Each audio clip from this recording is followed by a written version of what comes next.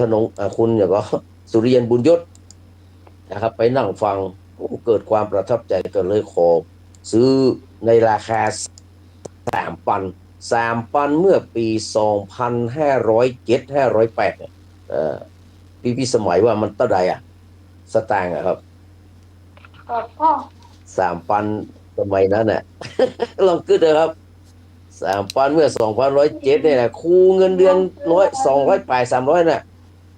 พี่ยังซื้อขนมเส้นถ้วยซะให้ตังค์อยู่อ่ะ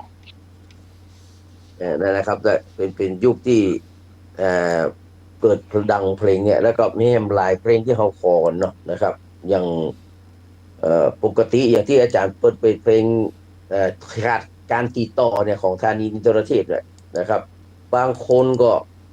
คิดว่าเป็นคนแต่งเป็นคนเก่าคนแก่นะครับแต่ปัจจัยครับปกติคนที่แต่งเพลงให้ธานีได้ก็เป็นพวก คนที่มีระดับเท่านั้นแหละครับนักร้องที่นักแต่งนี่นะเพราะว่าจะเป็นครูทวีพงษ์มณีนินพ่องกานะครับอาจารย์พยงมุกดาพ่องกาหรือว่าคนอื่นแต่หลายคนน่ะจงรักจันคนาอยู่มาเนี่ยแต่คนที่นี่เป็นแต่งนี่เป็นอิสอารีนะเป็นอิสอารีเป็นคนแต่งนะครับแล้วก็ของอานัทพุทธมาศนี่เพื่อนเป็นคนปากใต้เนี่ยเป็นคนมุสลิมนะครับบางนัด เพื่อนชื่อเป็นบางนัดเป็นคนมุสลิมคนรักหายนี่เป็นเพลงทำนองไทยเดิมน่ะไปจะเอาไปแต่งเป็นทำนองก็ได้นะครับคุณเอวันธัญญาพรอย่างพวกเป็นคนแต่งสมัยนั้นก็ดังพอสมควรนะครับอานัทพุทธมาศถือว่าเป็นนักร้องที่ถ้าเป็นสมัยลูกกรุงตะกอนเพราะว่าอานัทนี่เป็นเสียงกระเทยเป็นเสียงกระเทยเพราะมันจะหายไปเป็นกรรมนะครับ ส่วนเพลงที่เขาขอฐานนั้นรรักเนี่ยนะครับแต่งโดยครูจงรักจันคนาต้นฉบับมาใช่ฉลำเทพชัยนะต้นฉบับเป็นธนงศักดิ์พักดีเทวาเป็นคนฮ้องเป็นมารุ่นเดียวกับเดือนต่ำดาวตกเดือนต่ำดาวตกเนี่ยตอนนั้นที่มันดังมาพร้อมเดียวกันเลยครับฐานนอนรักแต่ว่า ส่วนมากเขาจะได้ฟังนะครับอยากจะได้ฟังในเวอร์ชั่นของฉลำเทพชัยก็เลยเข้าใจว่าฉลำเทพชัยเป็นต้นฉบับแต่ต้นฉบับคือธนงศักดิ์พักดีเทวาอ้องในสมัยนั้นนะครับก็ดังพอสมควรแต่ที่น่าเสียดายเพื่อนบอกว่าคนที่น่าเสียดายที่สุดเกิดบัดถูกยุคบัดถูกสมัยที่สุดก็คือสุริยันบุญยศนี่แหละนะครับพอเพลงแต่ละเพลงบอกว่าจะเป็น รักพี่มีปากเชียงรายลำลึกพะเยารอเธอนะพะเยารอเธอนี่แต่งโดยพลตำรวจตรีพิมลสินทุนาวาอดีตผู้บังคับการตำรวจภูธรจังหวัดเชียงใหม่เขาเนี่ยนะครับแล้วก็เป็นเจ้าของปั๊มน้ำมันแถวเอสโซอย่างแต่เพิ่นที่เพิ่นเปลี่ยนแล้วนะครับแถวแอร์พอร์ตอะแถวถนนมหิดลนะครับเพิ่นบอกว่าสุริยันบุญยศเนี่ยได้เพลงดีมีความหมาย นักขนาดอย่างรักพี่มีแบบก็เหมือนกันนะครับอาจารย์โควิดเกิดแต่งนะสองเพลงเนี่ยเขยารอเธอนี่ก็ดีแต่ไม่ดังไม่สามารถทะลุได้เพราะว่าต้องไปเจอกับเบอร์ใหญ่อย่างสุเทพวงคำแหงธานินอินทรเทพนริศอารีซึ่งในสมัยนั้นนะครับดังมากๆเลยชลินนันทนาครแบบเนี้ยมาสามารถมาสามารถทำให้เพลงของ สุริยันบุญยศนะครับสามารถก้าวไปได้อย่างต่อเนื่องก็เลยซาไปจนในที่สุดก็ถูกลืมไปนะครับเพราะฉะนั้นเราก็ยังระลึกนึกถึงอยู่ครับมีโอกาสได้มาเปิดรายการของ104.50เมกะเฮิรตซ์นะครับมารับฟังเพลงเก่าๆนะครับเพลงใหม่ๆก็มีเพลงเก่าๆก็มีแล้วเราก็รู้จักคนแต่งคนฮ้องเนาะนะครับต้องกราบนมัสการขอบพระคุณ ท่านพระครูสมุวิสุวัตวรกิจโจเป็นอย่างยิ่งเลยนะครับวันนี้ก็มาใต้ปัญหากันเนาะนะครับมาใต้ปัญหากันเนี่ยวันนั้นนี่คงค้างไว้ก่อนที่จะใต้ปัญหาเพื่อนมีคติเตือนใจสำหรับคนเฒ่าคนแก่เพื่อนบอกว่าเงินทองเฮาหาตลอดชีวิตจะไปฟังคิดยกให้ลูกหลานเลี้ยงเขาใหญ่แล้ว จบได้เนี่ยการเป็นดีมีงานรถบ้านครบถ้วนเป็นว่า ควรเก็บรักษาเวลามันจ้วนเจ็บป่วยขึ้นมาเดือดร้อนเก็บไว้กับตัวมันได้ปิกย้อนอายุแก่ค้อนมาตึงยกฮือเขานั้นป่วยไข้มาถึงลูกหลานมันเจิงบะไข้เข้ามาใกล้ว่ามันเจิงหมายว่ามันมีลวดลายมันไม่ยอมเข้ามาใกล้ ความหูก็สู่เงินทองก็ได้พ่อแม่ต้องไปงอนง้อไปขอเงินเขาแลงเตื้อปอท้อโดนลูกอู้ย่อเจ็บในประหยัดพ่องเตอะว่าลูกบ่ไหวไปฮอดยังไปหาหมอเงินเสี่ยงฮือเก็บรักษาอย่าฮือหมดเกลี้ยง คือเขามาเคียงใกล้ชิดนี่เอาเป็นของล่อเนาะพรถ้ามันมีเหตุนี่เขาตึงมาใจหรอถึงมาพอสมบัติหลักฐานมากมายหรือนิดฟังคิดแบ่งฮื้อเขาไปเก็บไว้นะจ่ายอยู่ใจเมื่อบ่มีไผ่เขาได้ของไปจ้างบ่มายื้อรอถึงเวลาก้อยจ่าย ก้อยจ่ายกฮื้อหรือทำพินัยกรรมไว้เงินเฮาหิหารักษาไว้ใจฟังด่วนแบ่งให้ลูกยาเขาจะละทิ้งนอนกลิ้งเหมือนหมามันมีแต่นาเน้อจ่าบอกฮื้อมันมีแต่นาเน้อจ่าบอกฮื้อถ้อยคำตุลุงวิสุวัตอันนี้แต่นะพี่ไหมเนาะ มันมีแต่นะครับอ่ะก็วันนี้ก็มาเข้าสู่การตอบปัญหาเด้อนะครับ การตอบปัญหามีปัญหาปะสเปดนะถึงการแบนการเมืองการวัดการนักร้องมีหมดการเมืองก็มีมาละเริ่มเลยเริ่มเลยเนอะใครเป็นคนทับสายเนี่ยพี่ไหมขอสามีจำบันทึกได้เนาะเจ้าข้อข้อข้อแรกถามเลยนะนักฆ่าลุ่มน้ำเจ้าพระยานักฆ่าลุ่มน้ำเจ้าพระยาเป็นฉายาของใครกสลิดธนรัตน์หอถนอมกิติขจรคอประพาสจารุเสถียรงอเปรมตินสูลานนท์นักฆ่าลุ่มเจ้าพระยาเนี่ยลุ่มเจ้าพระยาเป็นฉายาของไผ่สลิดถนอมประพาสเปรมไปแก้กว่านี้ก็โทรมาเนอะ053-226-0589เจ้านมัสการครับผมแฟนพันธ์แท้ครับตอบเลยคำสุดท้ายคือสลิดครับเนาะสลิดครับนมัสการครับ ดูว่าจะถูกก่อน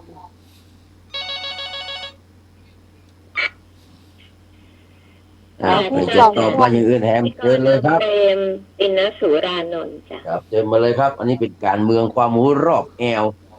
พี่ก่อนตอบเปรมเนาะเจ้า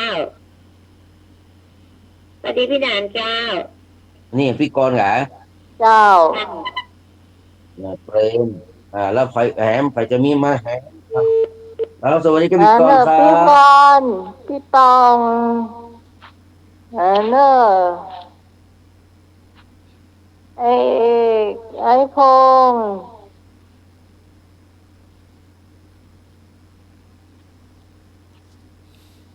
วันนี้มาได้ยินเสียงไอ้พงษ์มันเนี่ยเขาหายพงไปทางไหนวันนี้ฝนตกหน้ากล้าทั้งคนอ่ะสวัสดีเจ้าพี่นางเจ็ดสีพี่ฝนตอบเต็มนะพี่พรเอราวัณจะตอบก็ตอบเต็มตอบข้อไหนครับเต็มเต็มเจ้ จ้า ห้องงองูเนาะตอบเหมือนพี่กรณ์ตอบ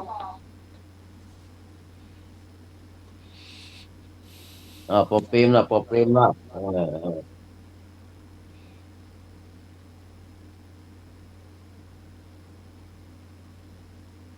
คำถามว่าใดก็พี่ปุตานได้ฟังเมาไปแปลงวิทยุเปลี่ยนเครื่องมัน อ่าเอาเหมือนพี่กรณ์เนาะแล้วไม่ให้จะตอบแฮมจะได้เฉลย เดี๋ยวคำถามว่าใดก็ นักฆ่าลุ่มน้ำเจ้าพระยา นักฆ่าลุ่มน้ำเจ้าพระยาเป็นฉายาของใคร นักฆ่าลุ่มน้ำเจ้าพระยาเป็นฉายาของใครว่านักฆ่าลุ่มน้ำเจ้าพระยาเป็นฉายาของใครอ่าจอมพลสฤษดิ์จอมพลถนอมจอมพลประภาสพลเอกเปรม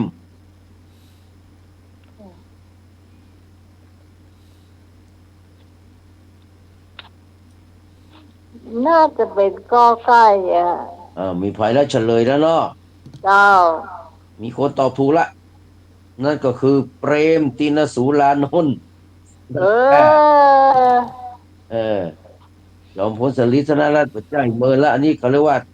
พ่อขุนอุปถัมภ์เผด็จการอืมจอมพลสฤษดิ์ธนรัตน์คือพ่อขุนอุปถัมภ์เผด็จการหรือว่าเขาบอกว่าเนี่ยเพราะว่าเขาจะได้ถามเออจะมีคำถามตั้งแง่อยู่เฉลยมาได้เที่ยเออเอาพลเอกเปรมถูกละจากเหตุการณ์เมื่อเหตุการณ์กบฏเมษาฮาวายเมื่อปี2538ครับต่อไปเป็นข้อที่สองต่อมาเจ้าคำว่ายังเติกคำว่ายังเติกโอ้แมวมาห้องนี่เนอะแมวเฮ้ยเอ้าเดี๋ยวก่อนเนอะแมวมันนะแมวมาทำต่ำปนี้ตัวนี้แป๊บหนึ่งโอ้เออเดี๋ยวกันเอาอย่าไปแมวหล่อมันอยู่แมตัวนี้วนั่นเออคำว่ายังเติกเป็นคำเรียกใช้ทหารจปรรุ่นไหนคำว่ายังเติกเป็นคำใช้เรียกทหารจปรรุ่นไหนอ่ก็รุ่น7จปร7ขอไข่จปร1จอคอควายจปร5งองูจปร4จอจานเตรียมทหารรุ่นที่10คำว่ายังเติกเป็นคำใช้เรียกทหารจปรรุ่นไหนก็รุ่น7ขอไข่รุ่น2คอควายรุ่น5งองูรุ่น4จอจานเตรียมทหารรุ่น10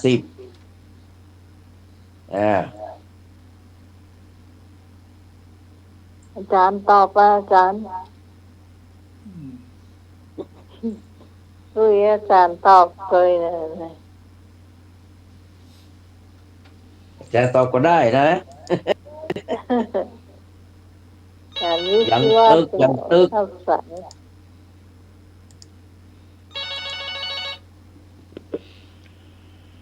ใครได้ยินก็คำว่ายังตึกเนี่ยว่าว่าเป็นพวกทหารที่ยุ่งไว้กับการเมืองขนาดแต่เขาหัวเขาเสียเนอะมาตรการครับ หัวเขาเสียเนอะมาตรการครับไปพันแท้ว่าอะไรเจริญพรคำตอบสุดท้ายคือ รุ่น1เลยครับเนาะครับมาตรการครับรุ่นไหนรุ่น1เนาะรุ่น1ค่ะ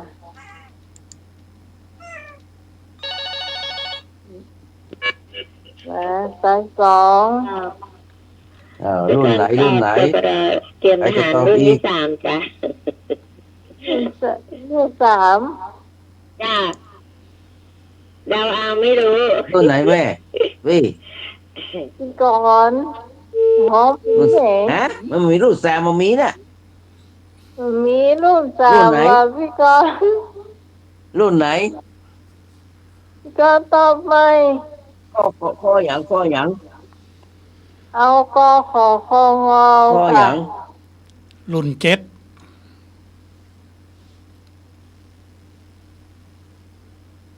เอาก็ตัวอาจารย์รุ่นเจ็ดแต่จ้ะ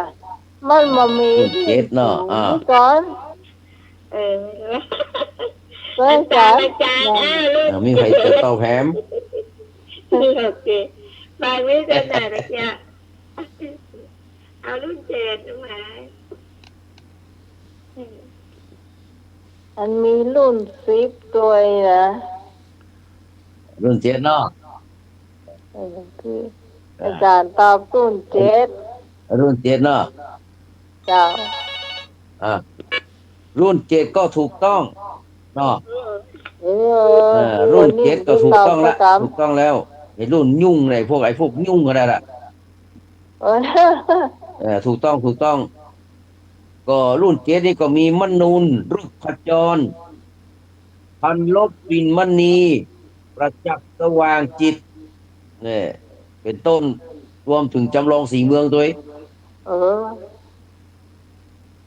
ยุ่งตา นี่ก็คือรุ่นเจ็ดเนี่ยที่ยุ่งเรื่องการเมืองอ่ะเขานี่สนับสนุนเนี่ยตอนนี้เขาแรกสนับสนุนพลเอกเกรียงศักดิ์คือยึดอำนาจ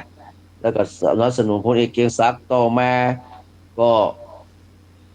ต่อมาก็มาสนับสนุนพลเอกเปรมแหมเนี่ยเอาพลเอกเกรียงศักดิ์ลง สุดท้ายบ่ชอบเปรมนี่ก็เลยทำการปฏิวัติเนี่ยกันเนี่ยกบฏเนี่ยไม่แสฮาวายเนี่ยไม่มาตามนัดเนี่ยการรัฐประหารหรือว่าการปฏิวัติที่ไม่มาตามนัดก็เลยกลายเป็นกบฏนี่กระเจิดกระเจิงเนี่ยไอ้รุ่นเจ็ดเนี่ยไอ้รุ่นยุ่งส่วนจปรหนึ่งนี่ก็อย่างชวลิต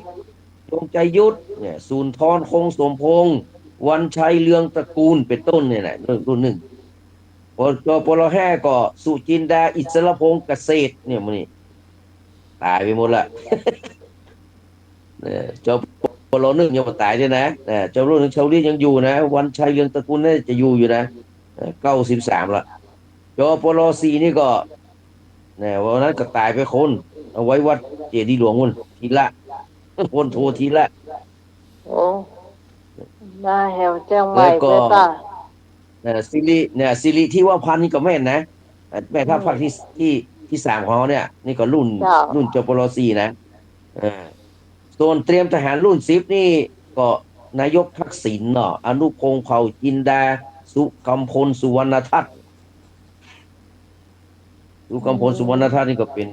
ญาติกับธนงศักดิ์พอดีเทวานี่แหละแล้วก็ต่อมาเนอะอันนี้ข้อจปร7อาจารย์ตอบถูกละ นี่อันนี้ถูกใจอาจารย์แน่นอนนะถูกใจพระอาจารย์แน่นอนเนี่ยในกรณีที่ส่องสสพรรคประชาชนส่องตั๋วนี่นะที่มันอภิปรายตัดงบประมาณสำนักพุทธที่ผ่านมาเนี่ยเข้าข่ายผิดทำข้อใด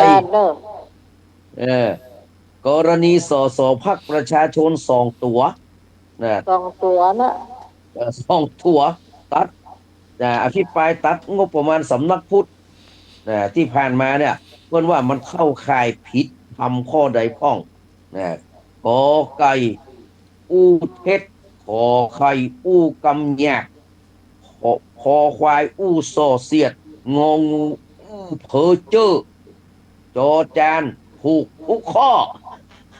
ถูกหมดละพี่ตอบถูกหมดละ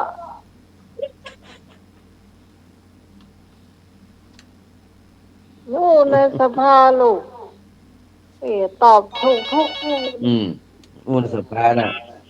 เอาข้อสุดท้าย ใครจะตอบข้อใดพ้องจอจานนั่นเนอะ ต้อง จั กั ด น เนาะ ด้วยกันเนาะ เจ้า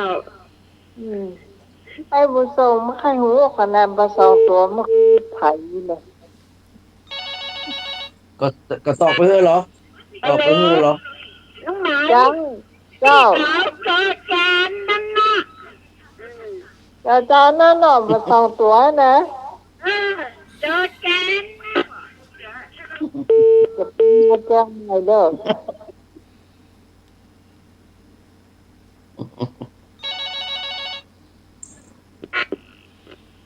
อ เจ้าน มัสการครั เฉลยเนาะมีใครถามก็ นมัสการครับ มาละ คำตอบสุดท้ายคือ พูดเพ้อเจ้อครับเนาะครับนมัสการครับ พูดเพ้อเจ้ออยู่ข้อใด พูดเชื่อกระทูกอ่ะ พูดเพ้อเจ้อนะ เฉลยก็คือข้อจอจานให้ถูกหมดละถูกหมดละคืออู้บอกฮู้อู้เพศไปละว่าพระสงฆ์เนี่ยง้อพระสงฆ์ว่าปีทุกอย่างเนี่ยมันเหมือนใจเมื่ออันนี้ก็คืออู้เพศละอู้ละบอกกลางสภาละเมื่อก็อู้คำหยาบนะคือจะไปไหวไอ้หยังเนี่ยฮะก็ เออ พระอย่างจะต้องมีกำลังใจด้วยกันนะนี่คือกรรมหยาบนะไม่ใช่กรรมดีนะหรือนี่คือกรรมหยาบ โอ้ยว่าจะไป แล้วก็ มา อู้ จัง ซ ห อ วะ เสียดเนี่ยไปว่าอย่าเป็นไปว่าเป็นอยู่ตัวเก่าอยู่อันยังอยู่เมืองไทยเปิ้นกราบไหว้แล้วจะไปไหว้หินไหว้อย่างพวกอ่ะนะนี่คืออู้ซอเสียด อืม สุดท้ายเราก็ว่าไปเลย โดยความบ่ฮู้ก็คือเรียกว่าเพ้อเจ้อไร้สาระเป็นสัมภปรากเนาะพูดเท็จก็คือมุสาพูดคำหยาบก็คือพูดคำหยาบก็คืออะไรอย่างอปิสุนะอันนี้ต่อเสียดเนาะพูดคำหยาบนี่พูดห้องอะไรอย่างพูดส่อเสียดนี่อปิสุนะพูดเพ้อเจ้อในสัมภปรากเนี่ยอันนี้ก็คือผูกทุกข้อเลยไอ้2 ตัวผูกทุกข้อเลยเนาะ ก็สองตัวนะนักแก่พงเออ นักแก่นักแก่เนอะอ้าวต่อไปถามข้อต่อมาถามว่าผู้อำนวยการสำนักงานพระพุทธศาสนาแห่งชาตินะครับก็ที่ว่าจะตั้งขึ้นมาต่อจากคนเก่าเนี่ยคือไผ่คนไผ่ก็จะเริ่มตั้งแต่เดือนตุลานี่แหละเนาะผู้อำนวยการสำนักงานพุทธศาสนาเนี่ยที่มา2 ตัวนี่อันเสนอทัดงบเนี่ยเป็นไผ่นี่เพราะว่าผู้อำนวยการพุทธศาสนาคนแรกคือนายสุทธิวงศ์นะครับตันตยาพิสารสุดกอไก่นะครับกอไก่จันทพรอินทพรจันเอี่ยมขอไข่อุดมพรเอกเอี่ยมพอควายอุดมเจริญอันนี้เป็นตำรวจกับงองูณรงค์ทรงอารมณ์จอจานพนมสอนสิงห์ผู้อำนวยการสำนักงานพุทธศาสนาที่ถูกตั้งแทนคนปัจจุบันคือใครอินทพรอุดมพรอุดมณรงค์พนมใคร พี่เจ้ากอไก่ กอไก่เนาะ เจ้า จ้าพี่กรณ์จ้าพี่กรณ์เอาข้าวกรอบไข่จ้า คือความคำถามเพราะนั้นก็ขอไข่เนาะแสดงว่าอันพี่กรณ์ พี่กรณ์จ้า ยังได้ฟังคำถามอยู่แล้วยังเนาะโอเคใครจะตอบแหมใครจะตอบอุดมเจริญกัน หรือว่าพนมสอนสิงห์ก็ได้เหรอ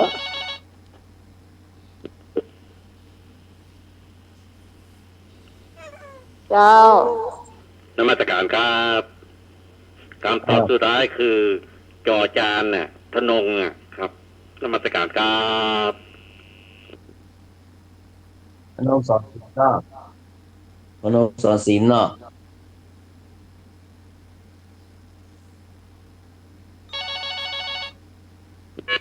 ไอ้เจียวขอไข่ ขอไข่ เนาะ ที่จริงมัน ขอไข่เติมพี่กรณ์เนาะ ออกไปเนาะ เจ้า คนตอบขอไข่มี2ว่า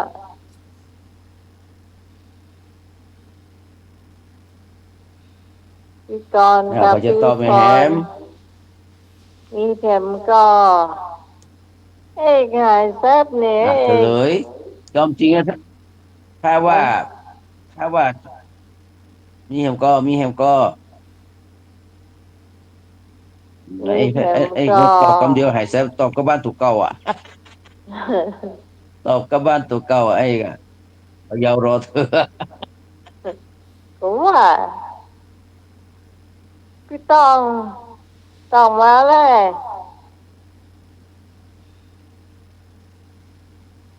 เฉลยก่อน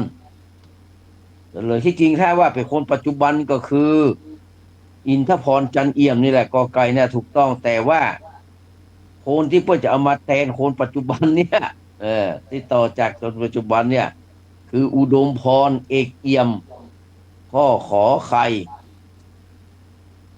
อันนี้เป็นมาจากสำนักปลัดสำนักเลขาคณะรัฐมนตรีนั่นน่ะจากรองเลขาเพราะว่าอย่างเปลี่ยนเกรดที่บ่สามารถตั้งคนในสำนักงานพุทธศาสนาเนื่องจากว่าระดับไม่ถึง เพราะว่าเปลี่ยนระบบใหม่ว่าต่อไปเนี่ยคนใดเป็นระดับรองผู้อำนวยการเนี่ยต้องเป็นซีต้องซิปขึ้นไปอันนี้มันมีไปเป็นซิปแต่คุณอุดมพรเนี่ยนะครับเปิ้นอยู่ในเป็นรองเลขาคณะรัฐมนตรีนะครับเปิ้นก็เลยได้โควต้านี้ย้ายเข้ามาเนี่ยค่าของคนอยู่ที่คนของใครอุดมพรเอกเยี่ยมจบใจละเอ้าต่อมานะครับ ถามว่าจอมพลผ้าขาวม้าแดงคือใครจอมพลผ้าขาวม้าแดงคือใครกอไก่ปอพิบูลสงครามขอไข่ถนอมกิติขจรคอควายประภาสจารุเสถียรงองูสถิตธนรัตน์สริธนรัตน์จอมพลผ้าขาวม้าแดงเนี่ยไผปอพิบูลสงครามถนอมประภาสสริ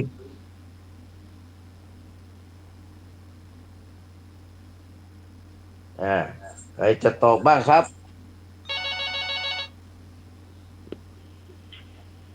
แต่ไม่รู้ว่าจะตอบก็ได้นะครับสริตธนรัตน์จ้ะขอควายจ้ะสริธนรัตน์เนาะค่ะสริธนรัตน์อันนี้พี่กรณ์เนาะพี่กรณ์พี่กรณ์เนาะค่ะถ้าพี่พรมาคิดที่อะไรนะพี่พรพี่พรโหโทรศัพท์บีบดื่มหูหนึ่งเจ้านมัสการครับใครจะตอบอีกคำตอบสุดท้ายคือจอมพลสฤษดิ์ครับเนาะครับนมัสการครับโอ้ตอบเหมือนกันเฮียพี่เอากอไก่ยำหูมีใครจะตอบอีกพี่บุญสงครามพี่บุญสงครามไปคิดแต่สงครามกอไก่กอไก่เหมือนกันเห็นก็กับข้าวยังเรียกว่าเนอะกอไก่เหมือนกันเนาะไก่เหมือนกันการตอบเลยกัน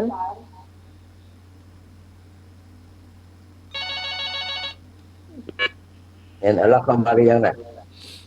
เน้นอะไรเข้ามาแล้วยังเนาะเฉลยเนอะเฉลยเดี๋ยวจอมพลจะตอบอยู่พิบูลสงครามนี่จอมพลว่าได้เจ้าเนื้อมาเลยเ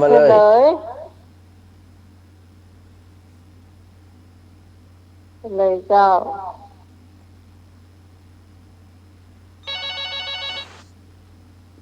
นั่นมาอยู่เฉลยเนาะ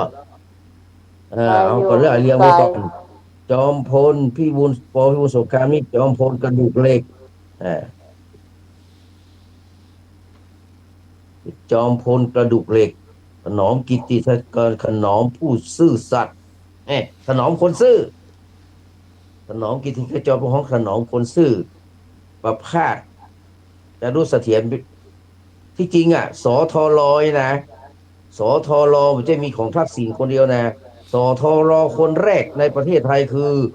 ประภาสจารุเสถียรเนี่ยเสือกทุกเรื่องเหมือนกันถามเพื่อนถามอันใดมันตอบได้หมดจอมพลตู้นะแต่ที่ถูกก็คือสฤษดิ์ธนรัตน์เนาะ ชื่อเหมือนปลาหน้าเหมือนลาวนั่นน่ะเพราะว่าเพื่อนเป็นคนจังหวัดนครพนมนะสลิดธนรัตน์นี่นะมีอนุภรรยา100 กว่าคนโอ้ก็อย่างนี้ได้ชื่อว่าจอมพลผ้าขาวม้าแดงเวลาเพื่อนทำกิจกรรมนี่นะเพื่อนจะมาใส่นี่ละเพื่อนจะมาใส่อันนี้เพื่อนใส่นุ่งก็ข้าวขาวม้าแดงอย่างเดียวแหละผ้าตองอะใส่กับผ้าตองนั่นแหละตัวเขาตอบจอมามพลถูกก็ธนรัเพิ่ตน์มกระตัดแน่นะข้อข้ององูถูกต่อไปอ่าฉาฉายาพระฤาษีเลี้ยงลิงเนี่ยเป็นฉายาของใครฤาษีเลี้ยงลิงเป็นฉายาของใครกอไก่มอมราชวงศ์เสนีปราโมทย์ขอไข่มอมราชวงศ์คึกฤทธิ์ปราโมทย์ขอควายนายพันตรีควงอภัยวงศ์งองูพันเอกพญาพหลพลพยุหเสนาฤาษีเลี้ยงลิงเป็นฉายาของใครเสนีคึกฤทธิ์ควงพญาพหลใครจะตอบฤาษีเลี้ยงลิงนครอายุ15 ปีขึ้นไปนี่คือจะหัวพี่60ก็กะเหยียดเดาเดี๋ยวนะจะเอางองูก็ นมัสการครับการตอบสุดท้ายคือหม่อมราชวงศ์คึกฤทธิ์ปราโมทย์ครับเนาะครับคึกฤทธิ์กับคึกฤทธิ์ครับเนาะครับนมัสการครับพิปราโมทเนาะที่เอาพวกลึกนิดเนาะใครจะตอบเป็นอย่างอื่นแฮมงองูพี่เอางองูพวกเอาพญาพหลเนาะเจ้าเอาใครจะเอาข้ออื่นแฮมมาพี่พรเอราวัณว่าใดพี่พรพี่กรว่าใดสันทรายแม่สุพิษโทรมาเนอะตอบมาได้เลยเจ้าโอ้ยแม่เขาตลอดสเก็ตกับฟังท่านเนอร์นะตั้งลวงเหนือวันฟังจัดนักเนอร์วันนั้นแปะที่วัดบางสิงคำเนาะวันที่21แปะก็แต่ชีวิตแล้วเสียวขอใครใครเนาะพี่พรเนรวันเจ้านี่ครูธัญญาก็ตอบมาได้เนอะเจ้าคือฤทธิ์เนาะนี่ครูธัญญาตอบมาได้เนอะครูธัญญาฟังอยู่ก็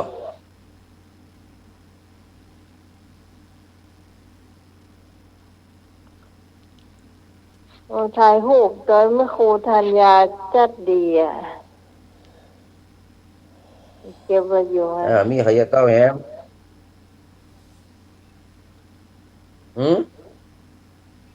มีอยู่กับพี่ต้องอย่างหายแซบนี่พี่ต้อง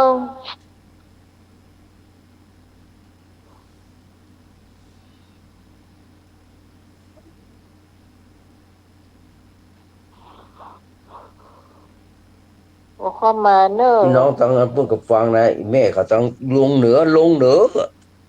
พูดกันหูลึงเว้ยลวงเหนือลงเหนืออู้กันหูลึงวันนั้นพระครูสมุทรวิสูกับไปหรอกเฉลยแล้วเนาะอันนะเลิกแล้วมีคนดูอีกก็ที่ถูกก็คือไม่มีใครตอบเลย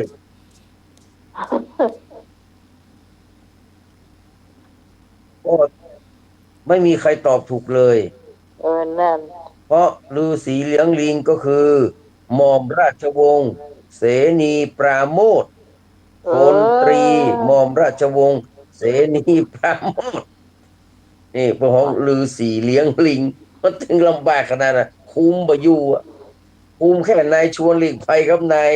สุรินทร์มาสดิษฐ์นี่เขาอยู่บ่อยู่นะเจอสมัครสุนทรเวชเมาหัวเลยสีเลี้ยงลิงสมัครพอเจอน้องบ่าวตัวเก่ายังคึกฤทธิ์ปวดหัวไปใหญ่เลย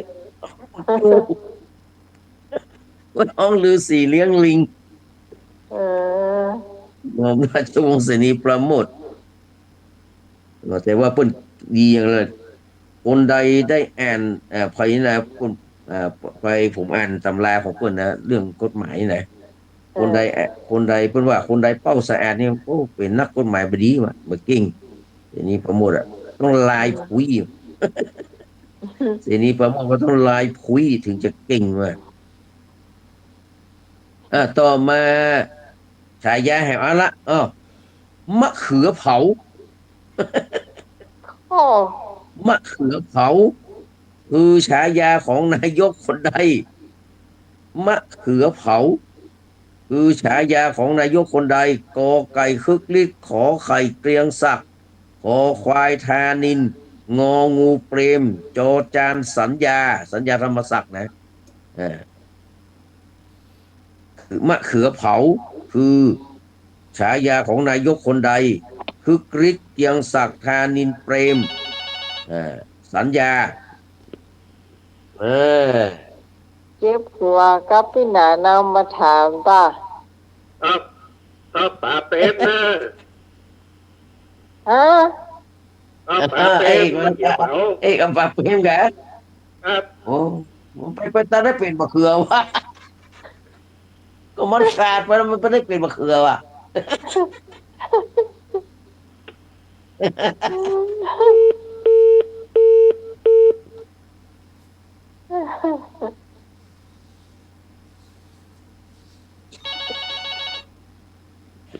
phải giờ mấy phải choเอาตัวผู้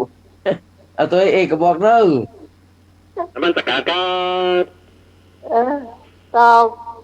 แล้วมาคำตอบสุดท้ายคือ เอาอีกรอบครับ คึกฤทธิ์ตาโมดครับเนาะครับนมัสการครับ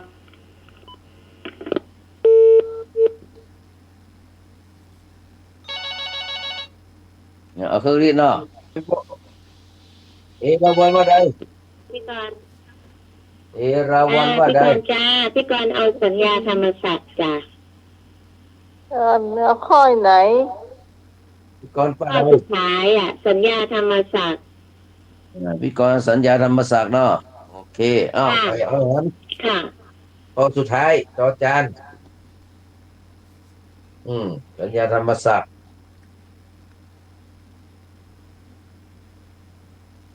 มองหัวแต่เนาะ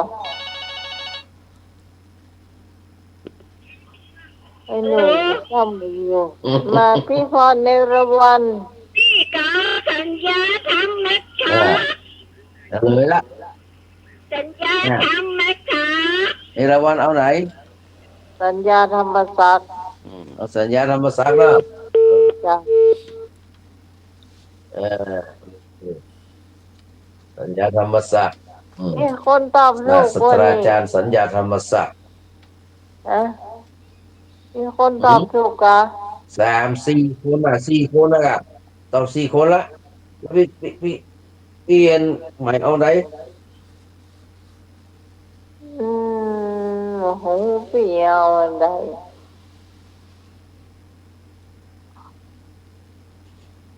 จำไม่ได้สักข้อ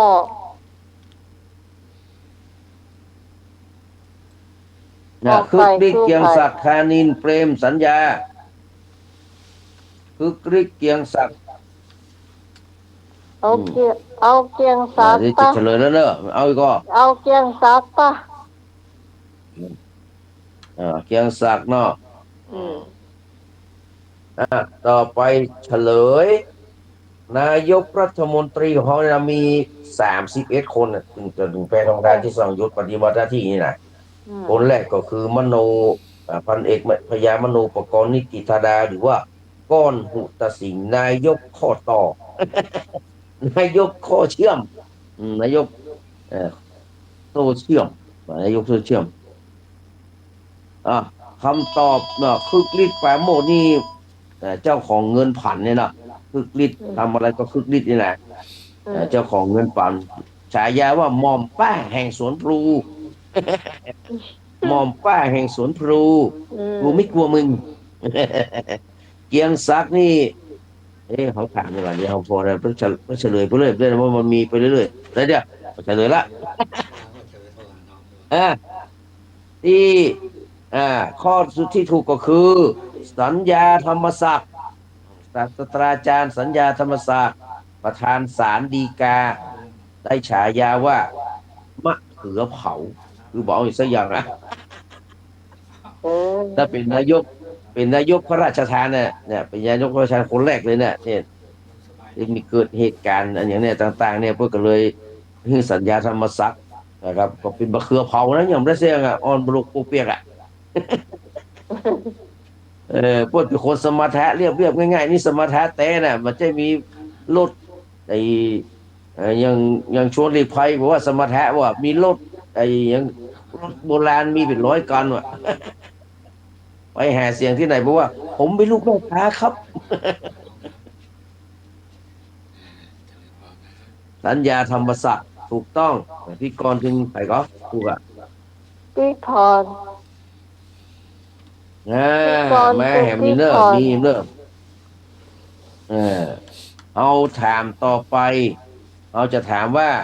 หัวหน้าพรรคประชาธิปัตย์คนแรกคือใครพรรคประชาธิปัตย์ตั้งขึ้นมาในวันที่นครพุทธตั้งวันที่5กับวันจักรีอะเนาะวันที่6อ่ะวันที่6จริงเมษายน2489ปัจจุบันนี้พรรคประชาธิปัตย์มีอายุได้78 ปีละ78 ปีละเท่านั้นแกอ่ะเนี่ยเท่านั้นแกแล้วถามว่าหัวหน้าพรรคประชาธิปัตย์คนแรกคือใครกอไก่เสนีขอขอไข่ควงอภัยวงศ์คอควายชวนหลีกภัยงองูพิชัยรัตนกุลจอจานถนัดคอมันเสนีควงชวนพิชัยถนัดใครเป็นหัวหน้าพรรคคนแรกของพรรคประชาธิปัตย์ อืมน่าจะ ต เป็ อน บมาเลยพี่ก็จะตอบว่าได้ว่าใครเป็นหัวหน้าพรรคคนแรก นมัสการครับการ เจ้า ตอบสุดท้ายคือควงอภัยวงศ์ครับการนมัสการครับ อืมควงอภัยวงศ์เนาะ อภัยวงศ์จ้ะ จ้าพี่กรณ์จ้าพี่กรณ์ก็ตอบควงอภัยวงศ์เหมือนกัน ใครจะตอบอย่างแฮมวง พี่กรณ์ก็ตอบพวงอภัยวงศ์ วิกเตอร์ควงเนาะ จ้า แล้วพี่พรเหรอพี่พรเอราวัณเหรอ พี่พรเนรวันมาแฟนพันธุ์แท้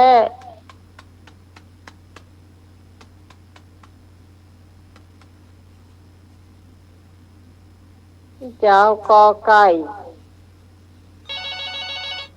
ไก่คือยำหู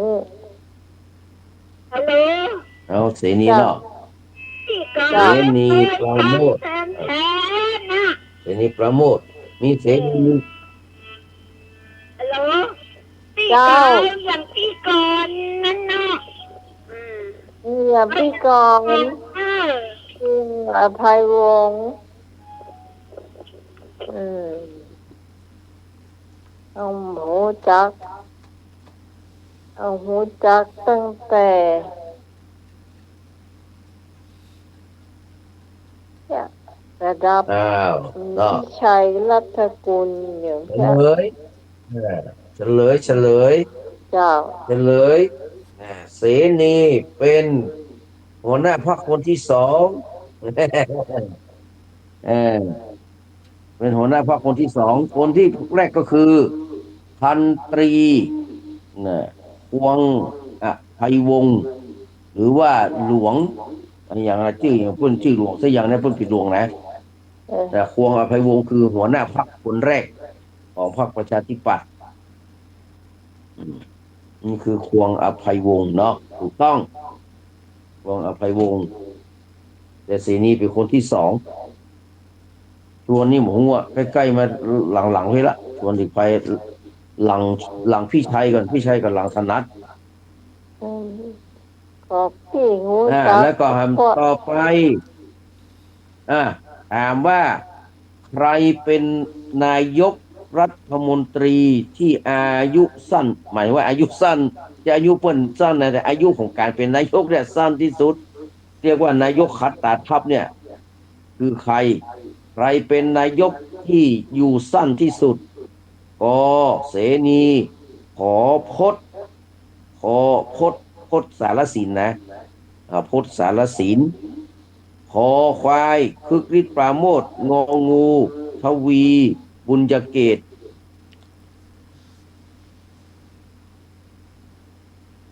ใครเป็นนายกที่อายุสั้นที่สุดหมายถึงว่าอยู่นะอยู่มาเมือนะที่สุดเสนีพจน์คึกฤทธิ์ทวีมา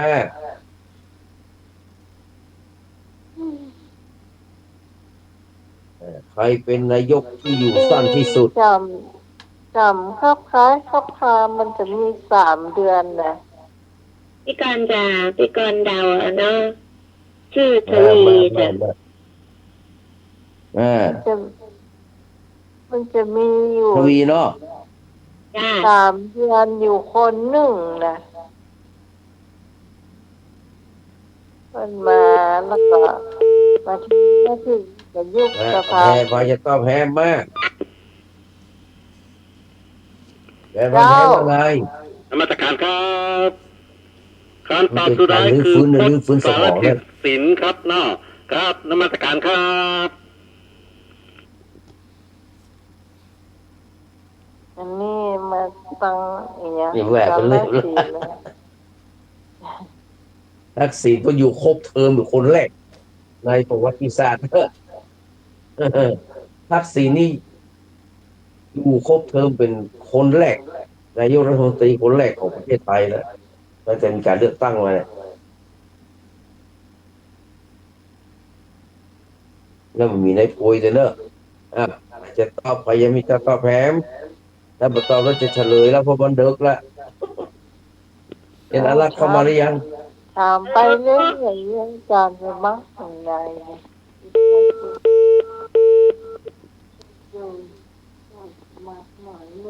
มีคนจะตอบก่อนพี่พอได้รางวัลว่าได้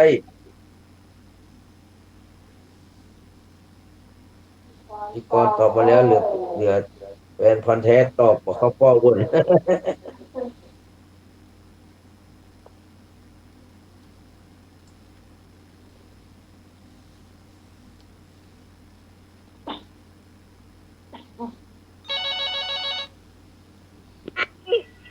มีใครจะตอบอีกไม่มีเราจะเฉลยแล้วเนาะไก่เนาะไก่เนาะเฉลยคนที่เป็นนายกสั้นที่สุดเพราะเป็นนายกรอคอยเป็นนายกขัดตาทัพก็ได้แก่นายทวีบุญยเกตอยู่ได้17 วันเพื่อรอพลตรีหม่อมราชวงศ์เสนีปราโมทย์เขาเรียกว่าสมัยนั้นเปิ้นฮ้องมาอย่างเหรอ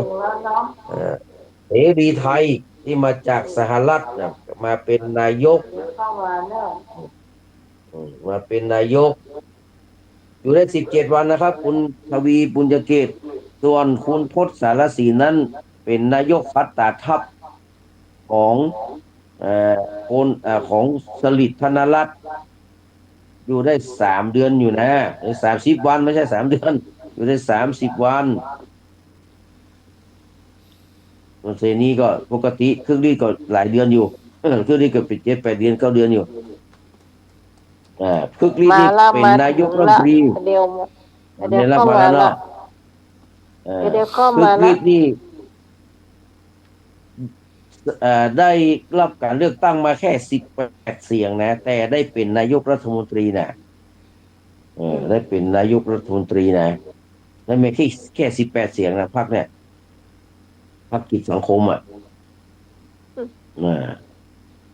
ได้18 เสียงแต่ได้เป็นนายกเนี่ยแย่มากเนาะต่อไปเป็นข้อสุดท้ายถามว่าพญาอินทรีคือใคร คือนายกคนใดนั่นแหละพญาอินทรีเป็นฉายาของนายกคนไหนกอไก่เกรียงศักดิ์ขอไข่ชวลิตคอควายเปรมงองูธานินอ่าพญาอินทรีคือฉายาของใครเกรียงศักดิ์ชวลิตเปรมธานินเจ้าน มัสการครับ เป็นฉายาของชาวลิตยงใจยุทธครับเนาะครับนมัสการครับ เดี๋ยวนี้เนาะ เดี๋ยวถ้ามันถูกนะเดี๋ยวพี่พรจะว่าอย่างหัวแล้วเนี่ย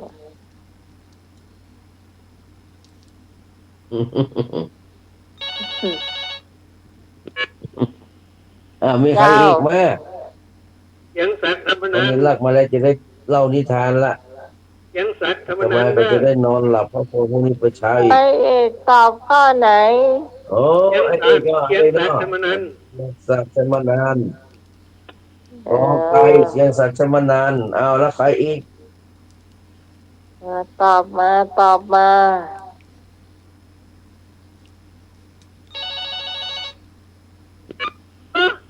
น้องไหม เข้า น้องเพียงชักเพียงชัก เรียงซักเหมือนกัน เสียงสักดิ์เนาะ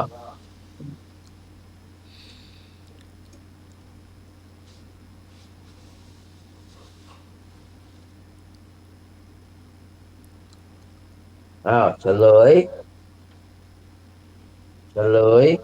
ชาวลิตนี่คือจิ๋วหวานเจี๊ยบเปรมนี่คือ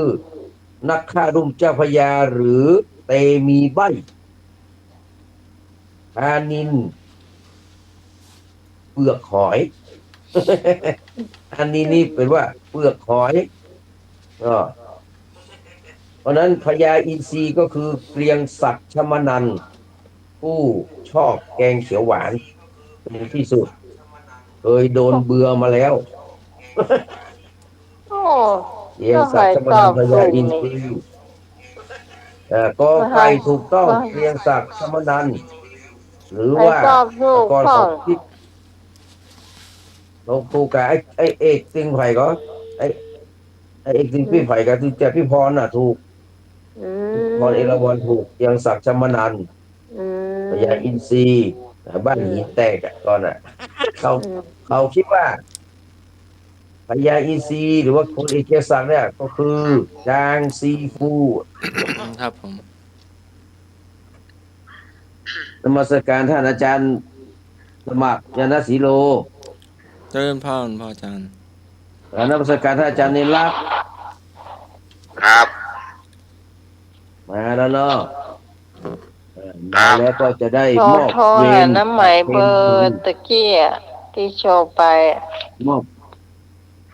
มอบเวรประเคนไม้คืนให้กับ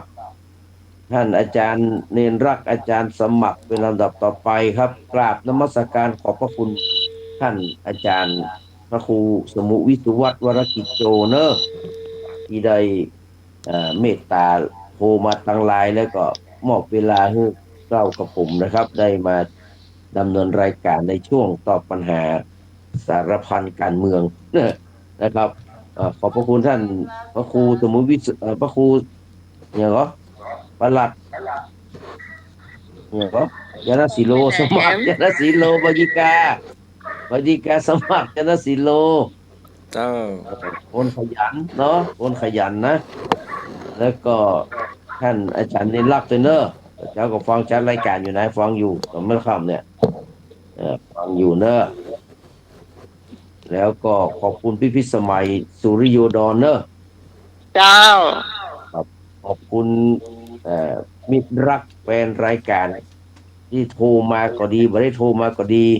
ฝากความคิดถึงก็ยังป้อยแม่ที่อยู่ทางฟุ้นเนอะทางอย่างก็ลวงเหนือบนปากวันนั้นนี่ได้ร่วมทำบุญตัวอนุโมทนาสาธุในวันฉลอง อายุวัฒนมงคล62 ปีของท่านพระครู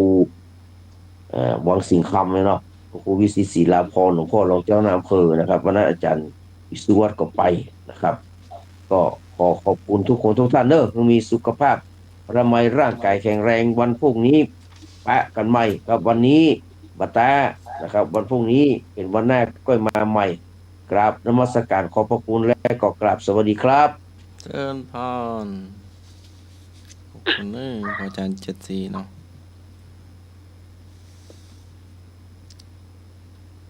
นี่ได้ถวายความรู้ทางโลกและทางธรรมเนาะ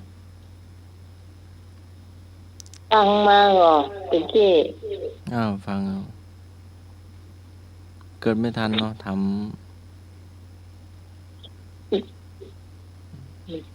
นายกสมัยไหนแล้วเนาะ อืม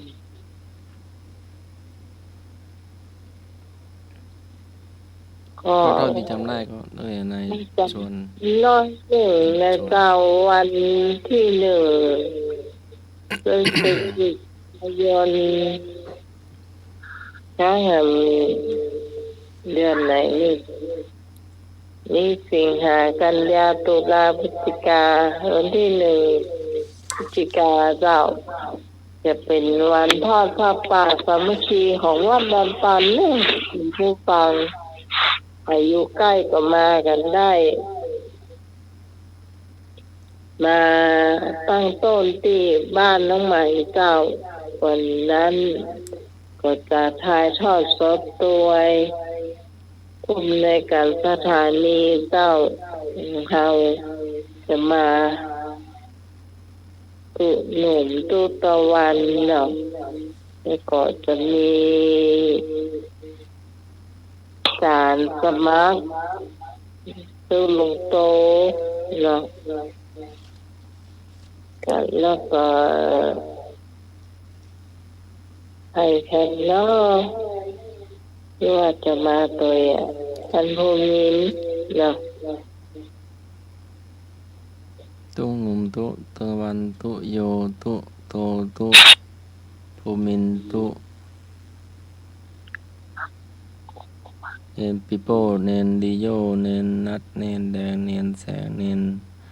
พาโลเนนหานเนนแสง น้อยอันอ้อยมีก็มีเดี๋ยวจะบอกว่าปุ่นอ้อยก็มีเจ็ดวัน อาจารย์เรารักมาก่อนบ้างก่อนมาไกลก่อน เราละไก่เกินเนาะ ครับ แต่ก็จะไปห่วมอยู่ ขับรถไปอยู่เนาะ นี่การมันไก่เกินเนี่ยเพื่อมาปะทบแล้วก็ยังมาหัวพี่พรจะมาหรือว่าแบบนี้นะพี่พรปลาเศร้านะ อ๋อครับ นมัสการครับ ผมก็ไปคนหนึ่งแล้วครับเนาะแฟนพันธุ์แท้ครับเนาะครับนมัสการครับ เห็นพันแท้แฟนกับอยู่ใกล้ อืม ข้ามสะพานลบริมนี่ก็เลี้ยวกว่ามากำเดียวก็ถึงแล้วเดี๋ยวใจหรอกคนที่หอมแม่พี่พรไปแม่ เจ้า เอาแม่ไปทุกที่เนาะมาเจ็ดลินก็พระเนาะ พระอาจารย์จะก้นจะไปห้าพี่พรเนอะพี่พรมาตัวพระอาจารย์ก็แล้วกันเนอะขึ้นยินดูพี่พรจะมาคนเดียวเพราะว่ามัน ขึ้นรถบนวัดกัน มาถึงปางตาก็จะไม่มีไผไปฮับเนี่ยรอบหนึ่งจะมาถึงป้อมตำรวจค่ะกับ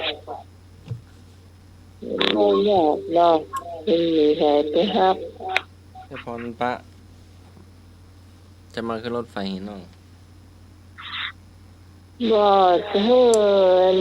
ที่การกินไปฮับจ้ะ แล้วก็ตู้หนุ่มตู้ตะวันนี่ถ้าจะมาตะโมของหมูรถปีการน้ำใหม่กับหมูนะแล้วก็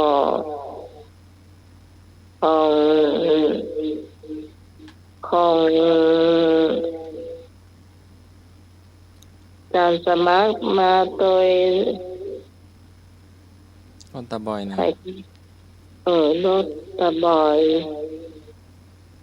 วันนั่งได้ไปซื้อคนบนหรอกเนาะ นี่ไปทานเพลนี่นั่นเนาะบ้านน้ำใหม่เนาะ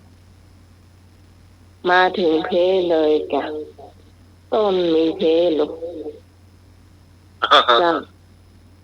ไม่ห่อ ต้น ข้าวไปก่อนห่อข้าวบิณฑบาตไปก่อนหรือว่าไปกระตัว ฮะ ไปกระตัวกระต้นหรือว่าห่อข้าวไปก่อน จะห่อเข้าไหมเหนียว เข้าวัดพี่เนาะ ไม่เป็นรองไม่รู้ เข้าวัดพอฉันเนาะ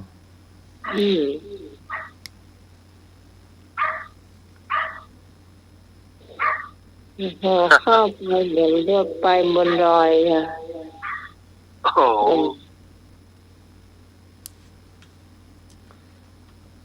รู้แต่ละเราว่ามีกับข้าวอย่างเฝ้าเลยนี่ละเราสำหรับมีคนที่หอมมาแล้วเนาะอันนี้เป็นสตางค์เรียบร้อยแล้วหนึ่งมีอาจารย์สมัครมีเลขเจ้าถึง3 ตัวกันนะ อือฮึ โอ้ยมาแล้วแต่น้ำใหม่ได้ไปกดกันนะแล้วก็มีที่พรเอราวัณมีสีฮะ อาจารย์ไปกินบ้านน้องใหม่ก็ต้องห่อข้าวไปว่าอาจารย์สมัครอะอาจารย์เชิญบ้านน้องใหม่พูดวันนี้ข้าวอะ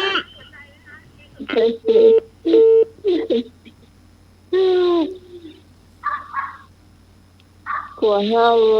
เลี้ยงหมูกุ้มกันนะคนไม่ได้ถึง100หรอก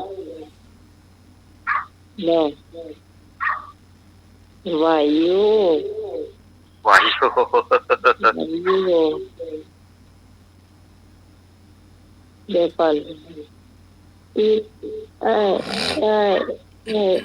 เดี๋ยวก่อนตั้งแต่ไอ้ส่งเนาะ1,000 บาท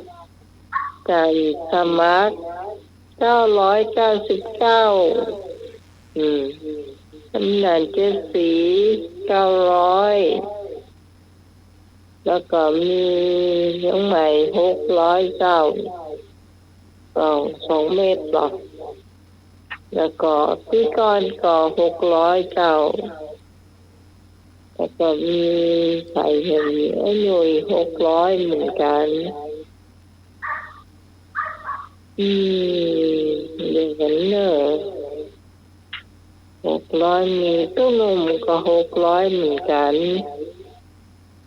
เดี๋ยวมีไข่600เห็นคนหนึ่งจะลืมเลย จดไว้อ่ะต้นตะวันหรือเปล่าตัวโยหรือเปล่า มันใบมันอยู่ที่ไอ้หนุ่ยเนาะตู้ตะวัน301 เมตรเนาะตู้ลุงโต1 เมตร300ตู้โยเหมือนดู2 เมตรอ่ะที่ถามกับตัวหนุ่มจะบอกว่าจะมาตัวถ้าไปได้มาก็จะฝากตังมาเนี่ยคงมาด้วยกันได้เลยเดี๋ยววันเสาร์เนาะแล้วก็จะมีเนนน้อยเนาะ นั้นเนนปีโป้ดีโดแล้วก็หมู่เฮาทุกคนอายุใกล้อยู่ไกลได้ยินเสียงนี้แล้วก็มาเศร้าเลิกมากินข้าวกันเทแต่ตังหมูนกกวางกับหมูมาที่คนเหมือนกันเลยมาตั้งต้นโดยการนิมนต์แต่เจ้าแล้วก็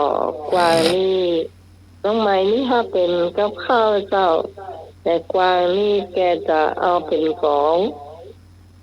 ของวัดสาหินนั่นแหละชุดนั่นเลยที่ตีอันแห่ขวตาลนั่นละเจ้าใครจะลำกับพี่กรจองไว้ก่อนลำว่ะลำหน้าขวตาเจ้าไอ้ทุกครั้งก็ขอสุมาภัยตัวเจ้าเดี๋ยวใครหน่วยมาเดี๋ยวก็บอกชื่อเนาะนี้แม่จันทราชื่นใจตัวลืมเนี่ยลืมคนอื่นน่าจะมาลืมนะใครจะหอมก็ได้ยินนะเจ้าเด็กจ้ามีไฟล้างเขาเนี่ยเจ้าหอมทำบุญกันนะเจ้าต่อไปเน้นเล่านิทานกันแล้วเจ้าครับมาล่ามาขวายเนาะก็ลื่นก็ขอกราบไหว้สาท่านอาจารย์ท่านพ่อครูสมุวิศวัตวรโจผู้อำนวยการสถานีครับผมขอกราบไหว้สาท่านอาจารย์สมัครยานนาสีโลครับผมครับผม แล้วก็สวัสดีโยมพี่สมัยผู้ดำเนินรายการครับนักการอีลุงหนุ่ยสว่างเมฆเนอร์แล้วก็ขอเจริญปอนคณะสัตยาธิโยมที่รับฟังคลื่น104.50 เมกะเฮิรตซ์รายการธรรมะคลายเครียดในวันนี้ช่วงนี้ก็มันติดงานวันพระตัวอย่างตัวเนาะวันนี้ก็ได้แตนตู้ลุงยองไปถึง2 ชั่วโมงเต็มตั้งแต่6 โมงแรงถึง2 ทุ่มก็พักไปยาว ก็มาเข้าก็เวลานี้ก็ดึกหน่อยถ้าปนช่วงพรรษาไปก็จะเงียวแกวนหน่อยเนาะปนช่วงพรรษาไปก็การงานก็จะเบาบางไปพ้องวันนี้ก็จะได้นำเอานิทานแบบปัดปุ่นมาเล่าให้สถาญาติโยมได้ฟังกันนิทานแบบปัดปุ่นวันนี้จะได้เอาหลายคนก็มาถามว่าขอเอาอันนั้นน่ะแมง4 หู 5 ตาไอ้ตำนานฮักเมียน้อยนะท่านอาจารย์ขอเอาปิกมามันกำล็อกอันนี้โยมขอมาทั้งตามคำขอและก็ตามคำขู่ตามคำขอก็มีไหนเนี่ยนะตามคำขู่ก็มีไหนเนี่ยนะป้ากันวันนี้ก็เป็นวันพระวันศีลเดือน11เหนือเดือน9ใต้แรม14ค่ำพร้อมว่าเป็นเดือนดับเนอร์วันพรุ่งนี้เดือน12เหนือจะออกละวันพรุ่งนี้ไผ่จะทำการโมคลอันใด1 ค่ำจ้างเกี่ยวขึ้นสู่หงคำเนอร์วันพรุ่งจ้างเกี่ยวขึ้นสู่หงคำวันพรุ่งนี้เหมาะถ้าไปวันจันทร์ก็บอกเหมาะนะวันจันทร์ก็ฟังธรรมกลางป่าช้าจะไปได้กับวันอังคารปุ่นล้างมือท่าคอยกินวันนี้สบายมากวันนี้บ่ต้องได้อย่างละล้างมือท่าคอยกินนี่นะ ถือว่าล้างมือกับซุปขันเข้าอีกเถอะ สบายวันนี้เป็นวันสบายตำนานคนฮักเมียน้อยหรือว่าแมงสี่หูห้าตานี่นะสถาญาติโยมอาตมาจะได้เอาปิกมาเล่าทั้งตามคำขู่และก็ตามคำขอ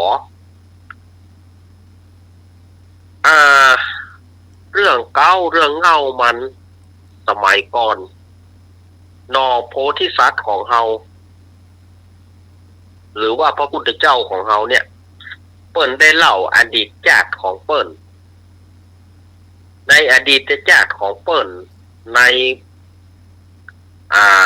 ชาติหนึ่งเปิ้นได้เกิดเป็นเจ้าตุ๊กตะคำว่าตุ๊กตะหมายถึงคนยากคนจนคนตุ๊กคนฮ้องว่าเจ้าตุ๊กตะนี่เจ้าตุ๊กตานี่อยู่ เกิดมาแม่ตายละเนาะเกิดมาแม่ตายใหญ่มาแถมหน่อยป่อก็สมาป่วยสบายป่อก็ซ้ำหูตัวว่าจะตายละก็สั่งลูกก็ไว้ว่าลูกเฮ้ยถ้าป่อตายไปนี่นะลูกบ่ต้องไปห้องไผ่มาเนอะบ่ต้องไปห้องเจ้าบ้านเจ้าจองอย่ามาละเพราะว่าเฮาบ่มีสมบัติพระสถานในหยังเฮาบ่มีสมบัติพระสถานบ่มีข้าวแม้แต่จะเลี้ยงหมาตัวเดียวยังบ่ได้ลูกบ่ต้องไปห้องไผ่เนอะบ่ต้องไปเปล่าเจ้าบ้านน่ะแล้วลูกเอาเจือกมา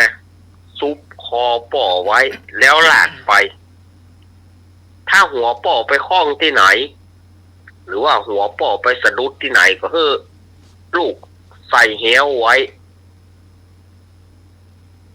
แล้วป่อเปิ้นก็ตาย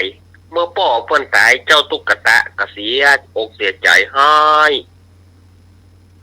จะบอกเปิ้นพี่น้องเจ้าบ้านก็อย่าว่านะป่อสั่งไว้ก็เลยเอาเชือกเนี่ยนะเชือกกล้วยเนี่ยสถาญาติโยมเอาเชือกกล้วยเนี่ยมาฟันหลายๆเส้นแล้วก็มัดคอป่อลากไปจนถึงว่าหัวป่อไปสะดุดตึกก็เลยใส่เหวก็คือวางเหววางกับดักเอาไว้เพื่อเอาไว้ดักสัตว์นั่นนะแล้วเจ้าตุ๊กตาก็ไปสู่กระท่อมตัวเก่าถึงวันผูกก็มาใจพอว่ามีแมงอย่างมาติดพ่องเอกมีสัตว์มีสิ่งอย่างมาติดพ่องวันแล้ววันเล่าก็บ่มีแมงอย่างมาติดบ่มีสัตว์ตัวใดมาติดแถมวันหนึ่งไปเมื่อไปก็ไปปะใส่สัตว์ประหลาด สัตว์ประหลาดตัวนี้นะลักษณะใหญ่ต้องงัวน้อยแต่ว่ามี4 หูแล้วก็มี5 ตามี4 หู 5 ตาเจ้าตุ๊กตาก็จูงมาบ้านเอาเชือกมัดหรอกแล้วก็จูงมาแล้วว่ามันจะกินอย่างไงมันจะกินอย่างเอากล้วยให้กินก็บ่กินเอาข้าวที่เหลือให้กินก็บ่กินเอาอ้อยให้กินก็บ่กินมึงจะกินอย่างเอาอันใดให้กินผลไม้ที่มีอยู่เอาให้กินก็บ่กินมึงบ่กินนี่ก็มึงก็ตายอย่างเดียวนะกะมึงก็ตายอย่างเดียวอันนี้เอาได้คือกินก็บ่กินไปนอนแล้วนี่หนาวก็หนาวอีกเนาะมันถ้าจะเป็นหน้าหนาวนะแล้วเจ้าตุ๊กตาเนี่ยก็ดังไฟ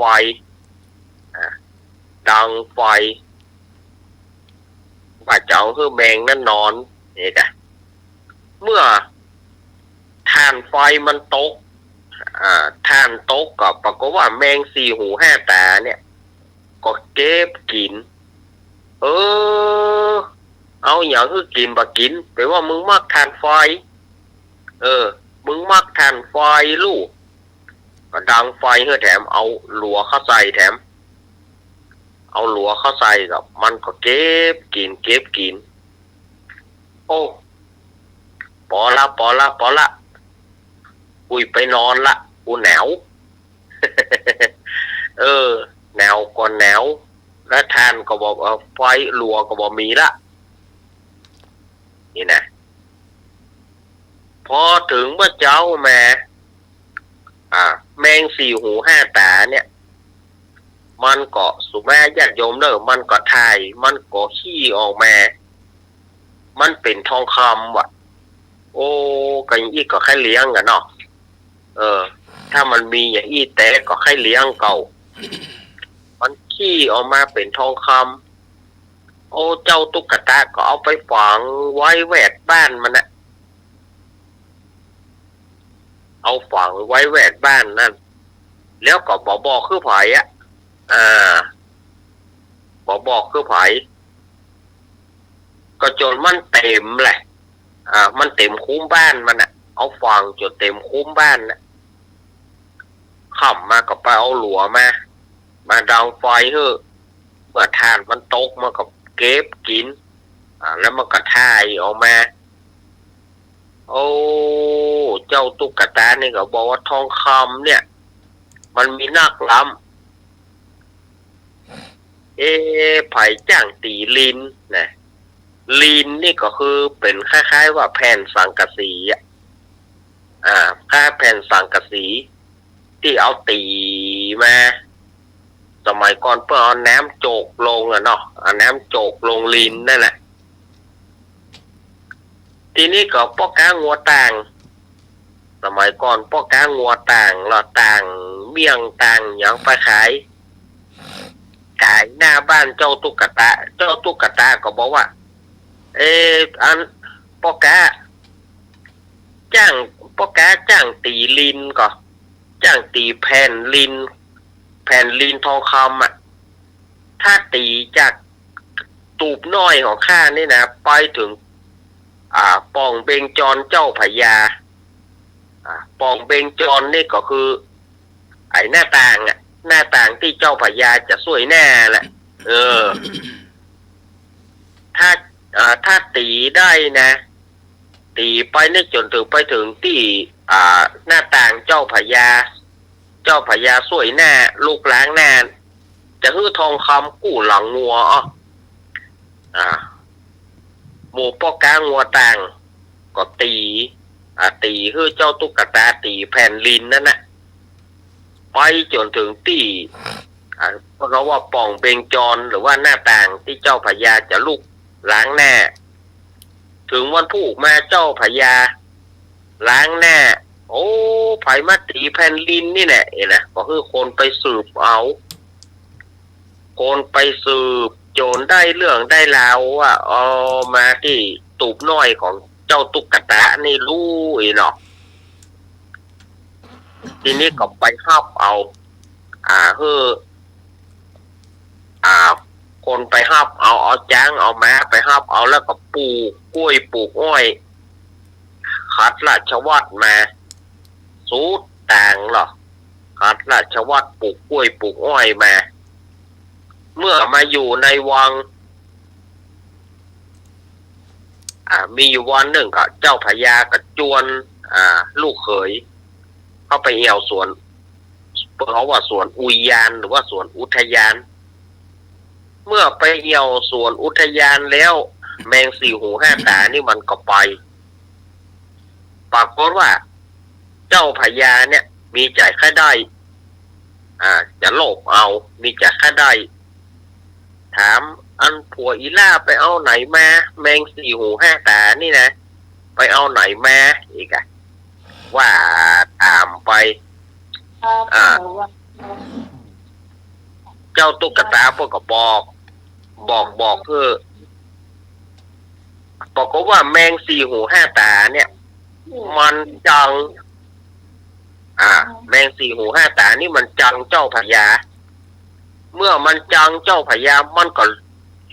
พลุกเข้าไปมันก็หลุดแล้วก็มันเข้าไปในถ้ำปุ่น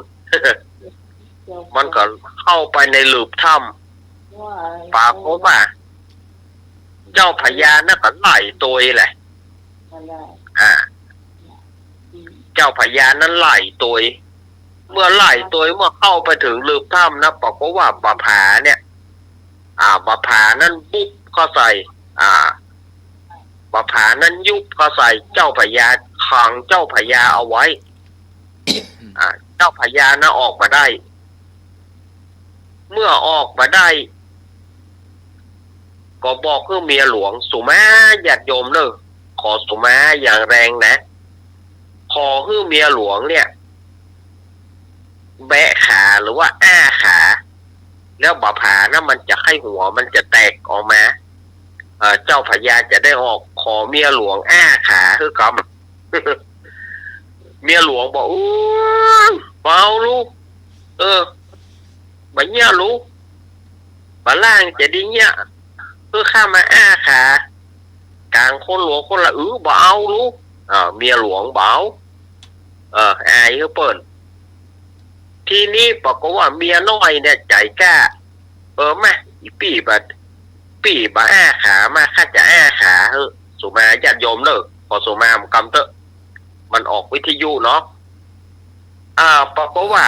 เมียหลวงเนี่ยเมียน้อยเนี่ยอ้าขาบาผานะมันไข้หัวบอกเพื่อว่านะมันไข้หัวก็คือมันแตกออกเมื่อมันแตกออกเจ้าพญาได้ออกกำนั้นอันเนี้ยมันก็คือเป็นต่อจากนั้นมันเป็นเรื่องของคนที่ฮักเมียน้อยเมียน้อยใจกล้าเจ้าพญาก็เลยฮักเมียน้อยมันก็เลยมีตำนานคนฮักเมียน้อยมาจนถึงปัจจุบันนี้เนี่ยคนถึงฮักเมียน้อยเพราะเมียน้อยมันกล้ากล้าแล้วมันก็จะงามตัวนี่เนาะเอาง่ายๆมันแบบจะว่ากล้าอย่างเดียวได้ถึงกล้าก็ได้ถึงงามตัว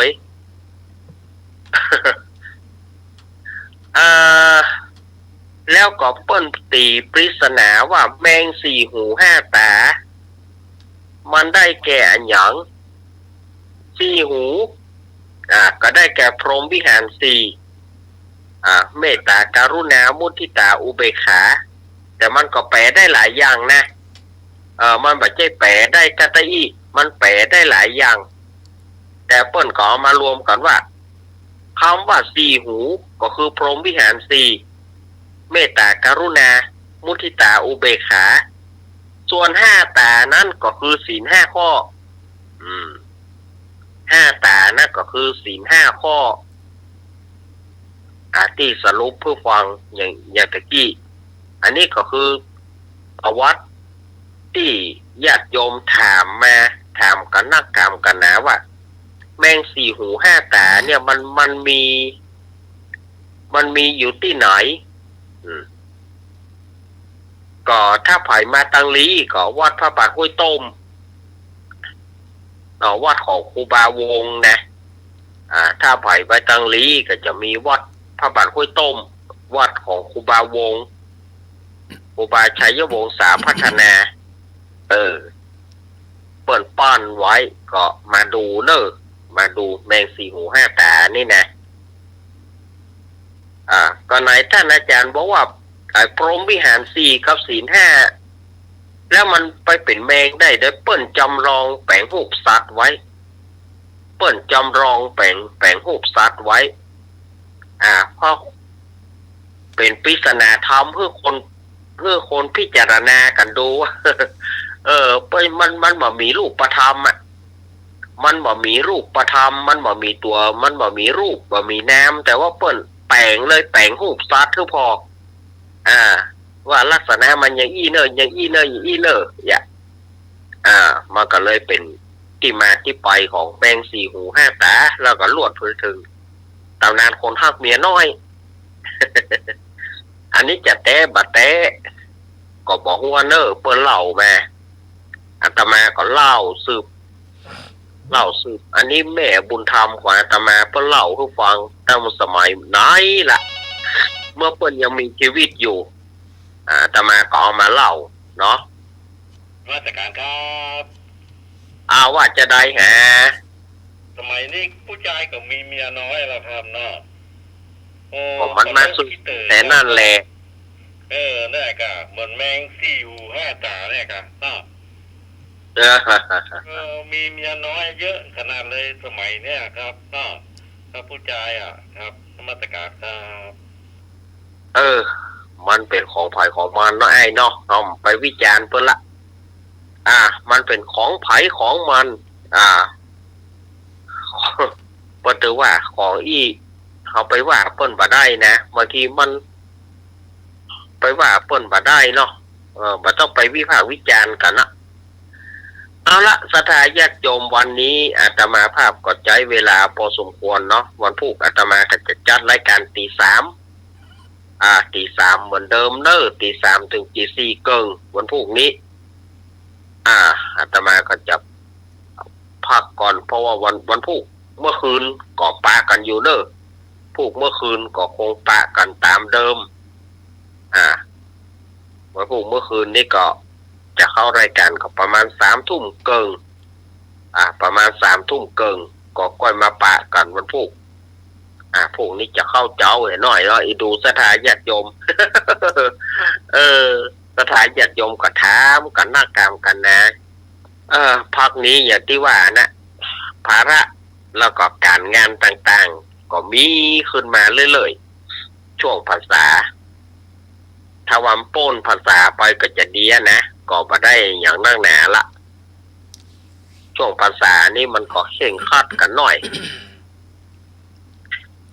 ครับผมวันนี้ขอขอบคุณท่านอาจารย์วิสุวัฒน์วรกิจโจที่เอื้อเฟื้อเวลาให้กับผมได้นำสาระมามาจ๋าขอกราบขอบพระคุณ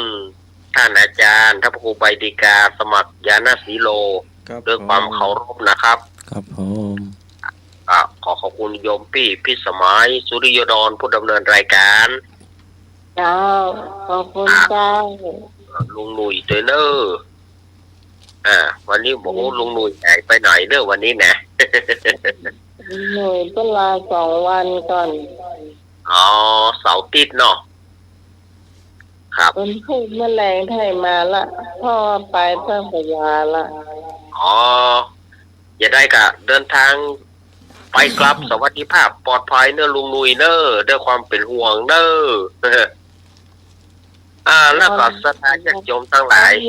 รับโมโหเลยวันพรุ่งนี้ก้อยปลากันใหม่เนอะวันนี้หากว่าอันใดผิดพลาดไปสุมาอภัยเนอะวันพรุ่งนี้ก้อยปลากาตมาใหม่วันนี้ก็รายการเฮายังอยู่นะรายการเฮายังอยู่ต่อแถมประมาณ50 นาทีเนาะรายการของเฮายังเหลือประมาณ50 นาทีสถานญาติโยมก็ฟังรายการธรรมะคลายเครียดของเฮาต่อไปอาตมาขอลาก่อนเนอะขอเจริญพรครับพี่พรเจ้าใจเบอร์081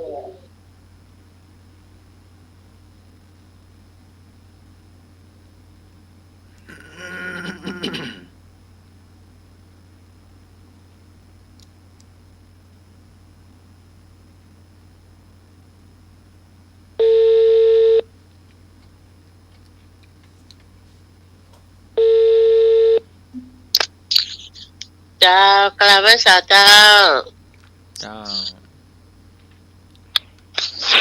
คนใดที่น่าจะตีถามคำถามโทรศัพท์โทรออกไปได้แต่ออกได้สักเครื่องอย่างไรล่ำเนี่ยแต่ไอ้พงถ้าจะไปเพชรบุรีได้ยินว่าสวกลุ่มแม่บ้านกลุ่มผู้สูงอายุเพิ่นไปดูงานที่เพชรบุรีเนี่ยจะไปตั้งตะวาแล้วก็ว่าใดก็บ่รู้นะ ได้ยินเพิ่นว่า แต่ไอ้พงบ่ได้อู้กันสักเตือมเดียว วันนี้ทำกับข้าวอย่างดีฮะ เจ้า วันนี้อันคั่วฟักคลิปไม้ดีกว่าสินอไล่เนาะนั่นหนึ่งมีหน้ากะคนนั้นก็เอามาให้คนนี้ก็เอามาให้จ้ะ เป็นยัง จ้ะเอาพันธุ์เขียวนั่นเองพี่พรบอกเอาพันธุ์สีแดงไงพันธุ์สีแดงขมจ้ะพันธุ์สีเขียวนี่บอข มัน ม รีดไหมยามันรีดไหม จ้ะฟักคลิปไม้บ้านน้องใหม่เขาห้องหยัง มันรีดไหมนะคะ จ้ะเอาเขาสีเขียวเนี่ยเขาเอามาให้ถึง2 สีอ่ะจ้ะแล้วก็เอาเผาไว้อันก่อนจ้ะเผาให้มันนุ่มให้มันนวลเหมือนกันบางคนก็เพิ่นเอาคั่วได้บางคนก็บ่เผาเนาะเอาแบบดิบๆน่ะซอยอ่อนๆแล้วก็แช่น้ำเกลือกำแล้วก็เปิ้นก็เอาผัดแต่มันแข็งมันนุ่มเนาะแล้วจะเอาแบบที่นุ่มน่ะสวอกินได้แล้วเนาะอันนุ่มๆนะแล้วก็เผาฟักที่ไม้แล้วก็หูดเอาที่เอาเปลือกที่มันเผาออกมาแล้วดำๆมันเนาะหูดออกจะล้างน้ำประจำจะหูดออกหมดแล้วก็เอามาหั่นฝอยเลยนะจ๊ะหั่นเป็นเส้นนะใส่กระมังไว้แล้วก็อันนอก็ใช้นอไม้ไล่แกะเปลือกออกแล้วก็เอาไม้จิ้มฟันกรีดที่มันเป็นเส้นนะจ๊ะเส้นมันได้แล้วก็เอาพักไว้ก่อนแล้วจะใส่หมู3 จานก็3 จานที่มีมันนักกันเนาะบางๆจะเอามาหั่นพอคำจะบางๆก็ได้จะละใส่ช่วยไว้ก่อนเนาะมาตำพริกนี่ใจพริกสีฟ้าก็ได้สีขาวๆสีเหลืองๆเนาะหรือพริกเดยก็ได้แล้วแต่ถ้าเผ็ดก็อย่างของพี่นี่เอาลูกพอดมาเนาะมันแก่จัดละเผ็ดขนาดเลยใช้3 แกนนี่ก็ปะโทเผ็ดแต่เผ็ดว่าจะใส่โคก3 แกนแล้วก็3 เม็ดเนาะใส่โคกใส่กระเทียมแกะเปลือกออกแล้วล้างน้ำแล้วใส่โคกหอมแดงตัวนี้นะเจ้าหอมแดงก็แกะประมาณสัก3-4 กลีบหัว3-4-5 หัวเนี่ยใส่โคกแล้วตำด้วยกันให้มันละเอียดนะจ๊ะตำละเอียดแล้วก็ใส่กะปิ1 ช้อนชานะจ๊ะใส่ด้วยกันนั่นน่ะตำให้มันละเอียดเข้ากันนะจ๊ะแล้วก็ตั้งน้ำมันเลยเจ้าตั้งน้ำมันแล้วกระเทียมแล้วก็ทูบเหียเพื่อเอาไปเจียวน้ำมันให้มันหอมเนาะจะน้ำมันนิดหน่อยก็พอละมันต้องไปใส่นักเจ้าเดียว3 จานมันจนน้ำมันก็ออกละจ้ะตั้งน้ำมันใส่กระเทียมเจียวลงไปแล้วก็เอาหมู3 จานลงพัดให้หอมมาจ้ะถึงหอมแล้วเอาพริกเข้าพัดโดยเจ้าเอาพริกที่เราตำว่านั่นนะพัดไปที่มันหอมแล้วก็ใจ พัดหอมมันหอมแล้วพอกะว่าหมูมันขันแล้วเนาะมันว่าอันนี้ละแล้วก็มันหอมโดยนั้นแล้วก็เอาฟักที่ไม้เนาะลงพัดแล้วจ้ะพัดช่อลงไปแล้วหน่อไม้เขาลงโดยเลยพัดโดยการหั่นชิมรสดูเติมรสดีหรือชูรสนิดหน่อยก็พอแล้วจ้ะพัดเดี๋ยวเติมน้ำนิดหน่อยต้องเติมนักจ้ะเติมน้ำสักครึ่งถ้วยข้าวต้มนะหน่อยเดียวพอจ้ะพัดไปมันนี่ก็กะว่าหมูสุกอย่างสุกแล้วเราก็ใส่ โรยผักชีต้นหอมลงไปคนสัก2-3 ครั้งก็ปิดฝากามแล้วก็ปิดแก๊สเลยจ้ะนี่ก็สุกละตักก็มากินกับข้าวนึ่งหรือข้าวสวยก็ได้จ้ะนี่รออันก็ ถึงนอนนี่พูดถึงนอนไล่มันต้องกลับน้ำปู นี่ก็รอคอยน้ำผัวก็ไอ้มันส่งกันอ่ะอันว่าเหนียวเนาะเรา นอนไล่กิโล50เป็นไรก่อนเนี่ย อันของพี่ถูกละพี่40แล้วก็ถ้าเป็นมันซื้อจากการดอกมันเนาะเอาขายเป็นถุงละ20อ่ะ จ้า ถุงนึงก็มี5 หางจ้ะถ้าเฮากิโลมันก็ดีนะเฮาได้เลือกก็จะถ้าซื้อเป็นถุงนี่เขาคละมาแล้วจะใหญ่ก็มีน้อยก็มีผสมกันจะแม่น้องซื้อเป็นหางใหญ่ๆเลยจะเขาเลือกเอาหางใหญ่จะได้เนื้อจะหางน้อยมันมาได้เนื้อหางใหญ่นี่มันตุอ่ะเนื้อมันนักจะแล้วก็ลำตัวเนาะลำจะตังละปูนี่กิโล40 บาทจะ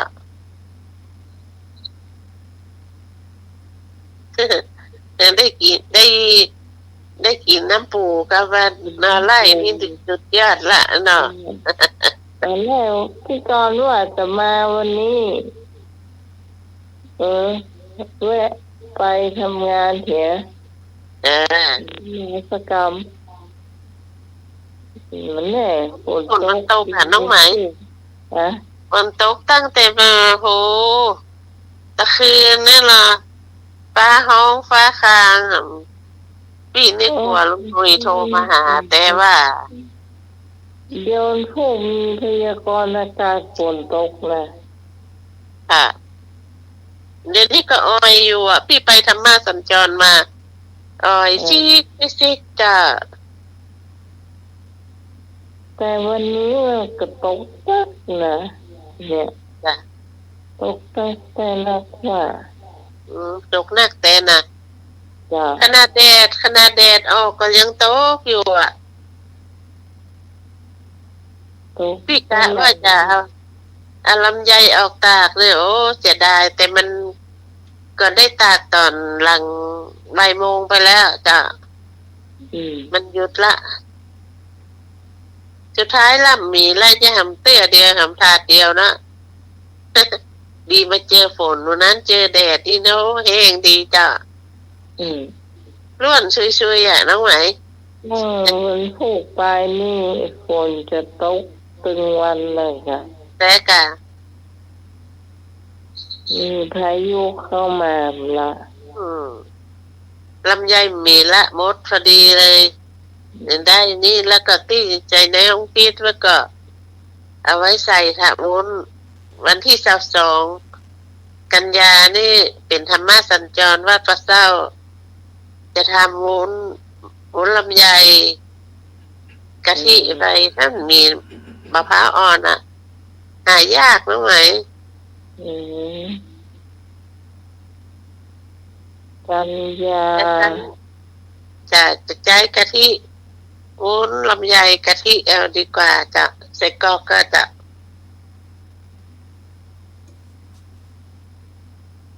วันนี้เขาก็แบ่งกันที่โรงทานธรรมสัญจรก็มีข้าวเหนียวลำไยจะแจกกันมีหลายอย่างขนมก็มีอย่างอาหารบ้างได้ยินตามสมัครว่าตะกี้ก็ต้องห่อข้าวมากินบ้านน้ำไหมหรือเปล่าเลย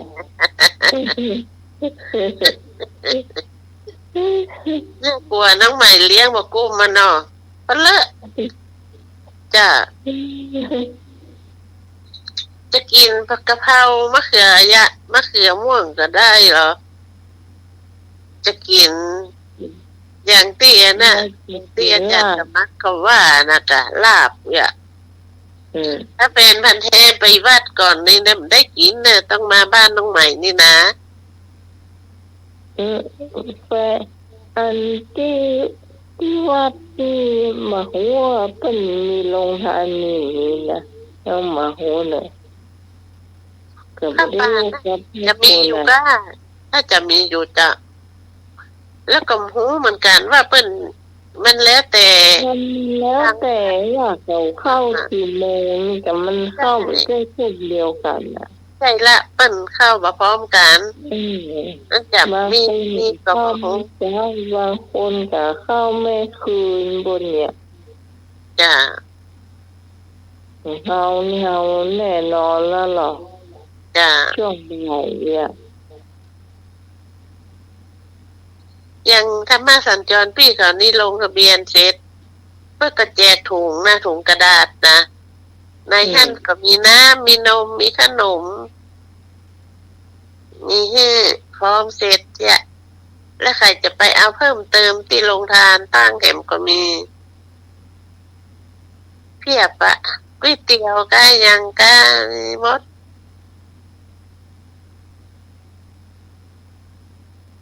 แต่ถ้าเป็นผ้าป่า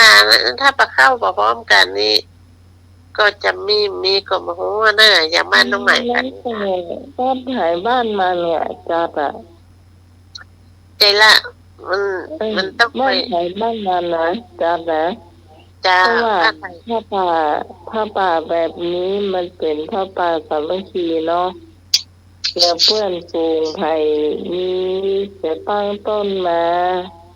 จ้าได้เนี่ยจ้าหรือว่าจะไปโฮม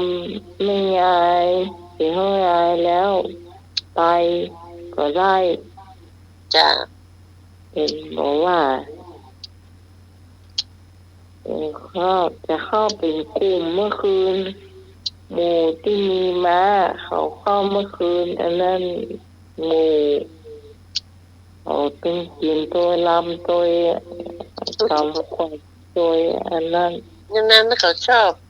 กินละอันใส่เหล้าเห็นหน่อยเนาะตัวตลาดใหญ่ทำไมเอาเปลี่ยนเวลาเห็นไหมจะเข้า3 ทุ่มก่อนถ้าคุณที่บ่มีนี่จ้ะน้ำเรื่องหักนี่คนภาคก็บ่มีนี่นะเจ้ากระถินกะวันนั้นวันเจ้กระถินกะพอท่าป่าวันท่าป่าจ้ะเจ้กระถินพอท่าป่าอ๋อเป็นพระป่าแล้วกระถินมีเมื่อใดบ่มีอ๋อนมัสการครับ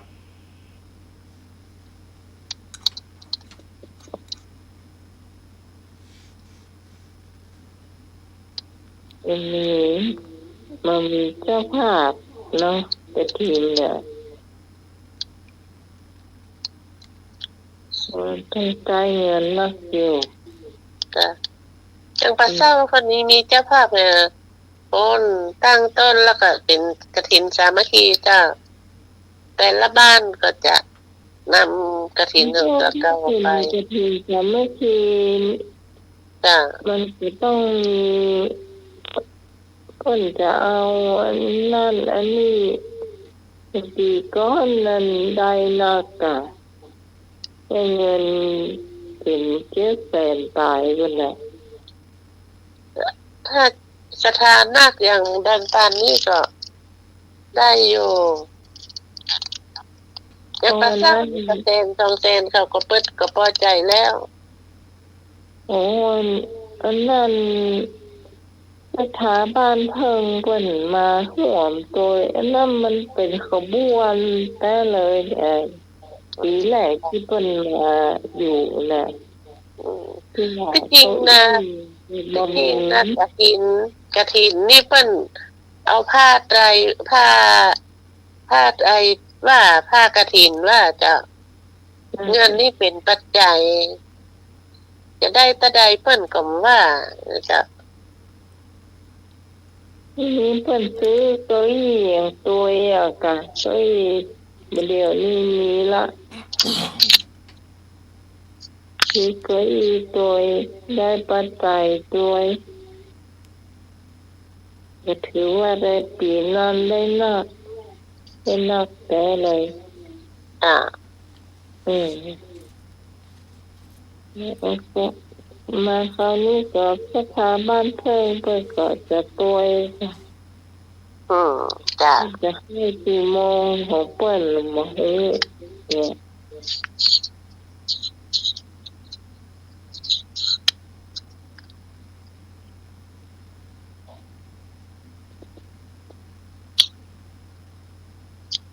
มาจะสมัครมีอ้อก็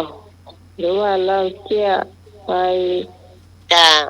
จะสมัครแยกก็ได้จ้ะเรียน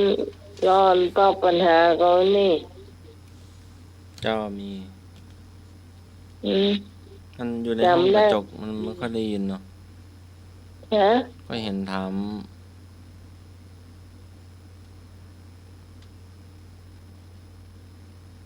พระองค์ถามเนี่ย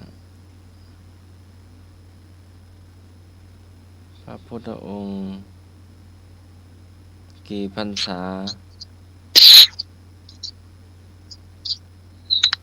35 พรรษาน่ะอะไร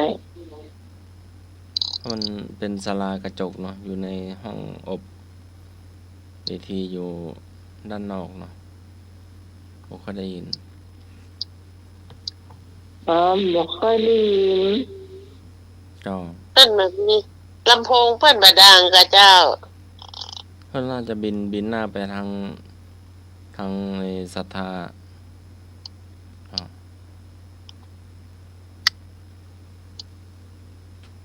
ก็องค์แสดงปฐมเทศนาก็อาจารย์พระครูธีรสุตพจน์ด็อกเตอร์เนาะจ้ะฝนก็ตกตัวเนาะท่านพระอาจารย์เจ้าวาดก็องค์ใหม่ตัวเนาะเพราะว่าหลวงพ่อองค์เดิมพอท่านมรณภาพเนาะที่วัดบ่อคกหลวงเป็นพระอาจารย์พระครูสถิตเนาะเป็นด็อกเตอร์ตัวเนาะแล้วพระอาจารย์เจ้าวาดองค์ใหม่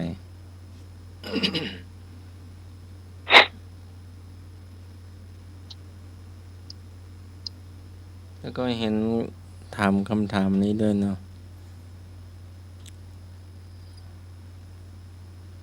อู้ยากอู้หวานอู้ให้คนหันฮักยากนักจักหวังอู้ให้คนจังกำเดียวก็ได้นะ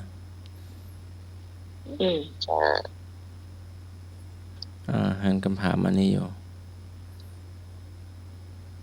แล้วเพิ่นให้แปลเป็นไทยอ่ะเจ้าร้อนได้หรอเจ้าได้พ่องบางคนก็บ่ได้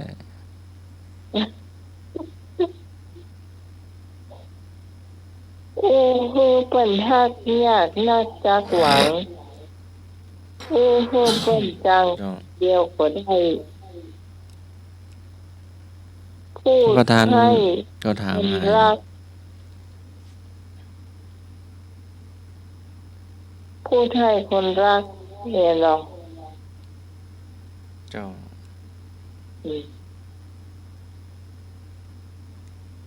มันแสนยากเนี่ยเนาะก็เจอประธานกลุ่มหนุ่มสาวตัวเนาะมีนายถ่ายทอดวิทยุมีนายเด็กวัดว่าจะมาเองนะเขาบอก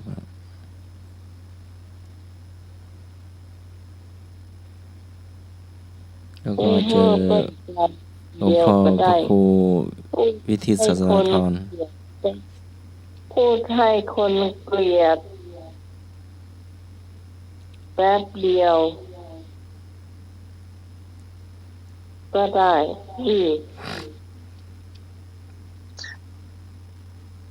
รักกระจางเสียมากมากมากะน้องไหม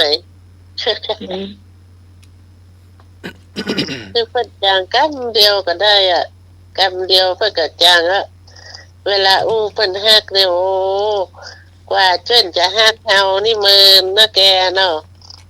อืมมัน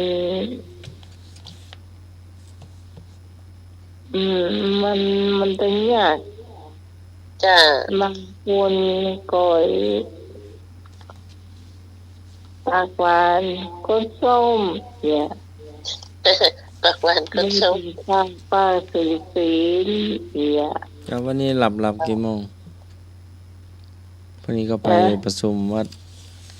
ฤทธิวันเนาะประชุมเจ้าวาดวัดฤทธิวัน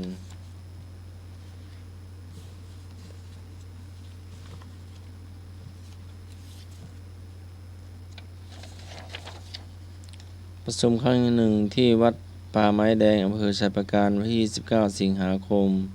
ครั้งที่2วัดห้วยไส้อำเภอเชียงดาววันที่20สิงหาคมครั้งที่3ที่วัดสนดอกพระรามหลวงวันที่21สิงหาคมครั้งที่4วัดฤทธิวันอำเภอแม่ริมพรุ่งนี้วันที่24สิงหาคมวันครั้งที่5วัดหนองบัวแดงอำเภอสันกำแพง2กันยายนวันครั้งที่6ที่วัดศรีดอนมูลอำเภอสารพี4กันยายนครั้งที่7พุทธมณฑลอำเภอดอยหล่อ16กันยายนครั้งที่8วัดท่าศรีจอมทอง17กันยายนที่วัดรัฐที่วันขอนตาลเจ้าผู้นี้เนอะประชุมเจ้าวาดเนาะประชุมหลวงพ่อเจ้าวาดรองเจ้าวาดผู้ช่วยเจ้าวาดพระเลขานุการทุกระดับเนาะ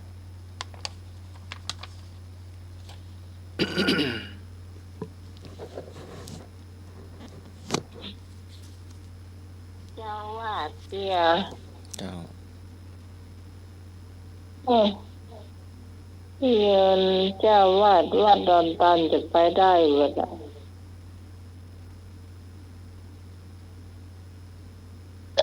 ตัวแทนไปจ้ะก็ครั้งแรกนี่อำเภอแม่อายอำเภอฝางอำเภอชัยปราการที่วัดป่าไม้แดงครั้งที่2นี่วัดที่อำเภอเวียงแหงอำเภอเชียงดาวอำเภอพร้าวประชุมที่วัดห้วยไส้อำเภอเชียงดาว21สิงหาอำเภอเสมิงอำเภอกัลยาอำเภอเมืองเชียงใหม่ณวัดสนดอกวันที่21วันที่24นี่อำเภอแม่แตงอำเภอแม่ริมอำเภอสันทรายณวัดลัทธิวันพระนครตาลอำเภอแม่ริมครั้งที่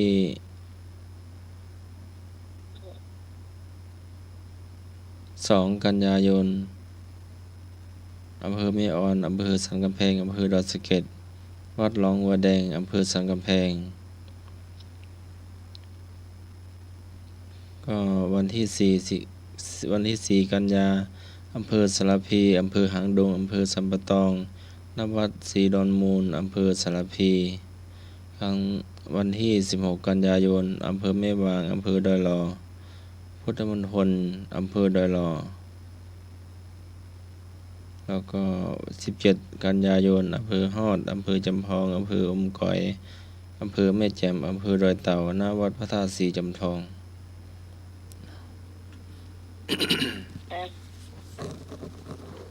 เจ้าโทรหาน้องที่ฟังเลยจะนึกว่าอยู่วัดเป็นว่าไปกุ้นไปรถด่วนขบวนพิเศษ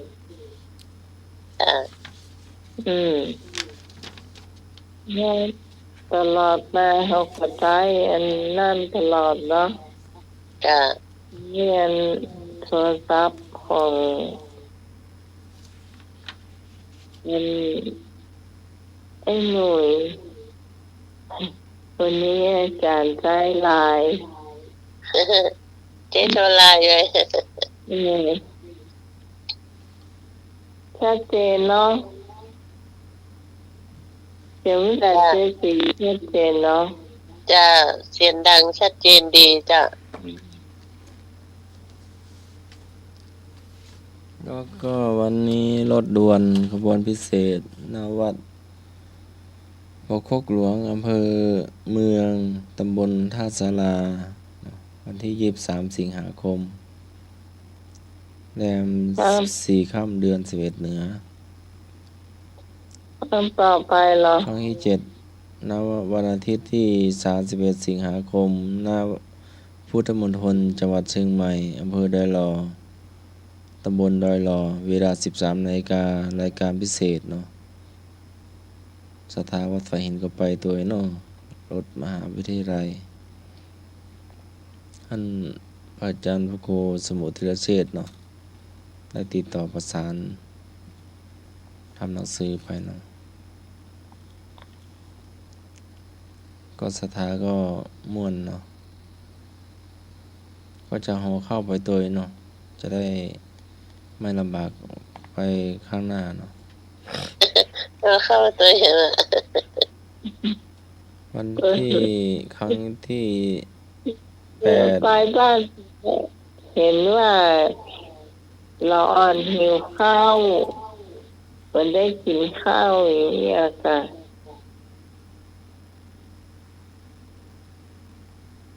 เราอ่อนเนาะธรรมดา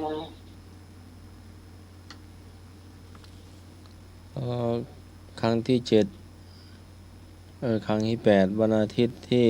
7กันยายนณพุทธสถานตำบลช้างคานเนาะเป็นวันกตัญญูตัวเนาะ นมัสการครับเสียดายเนาะมันจัดเมื่อคืนเนาะมาค่ำเมื่อคืนน่ะถ้าจัดมาเจ้านี่โอ้จัดแจ๋วเลยครับเนาะผมจะไปร่วมทุกครั้งเลยครับเนาะครับนมัสการครับแล้วก็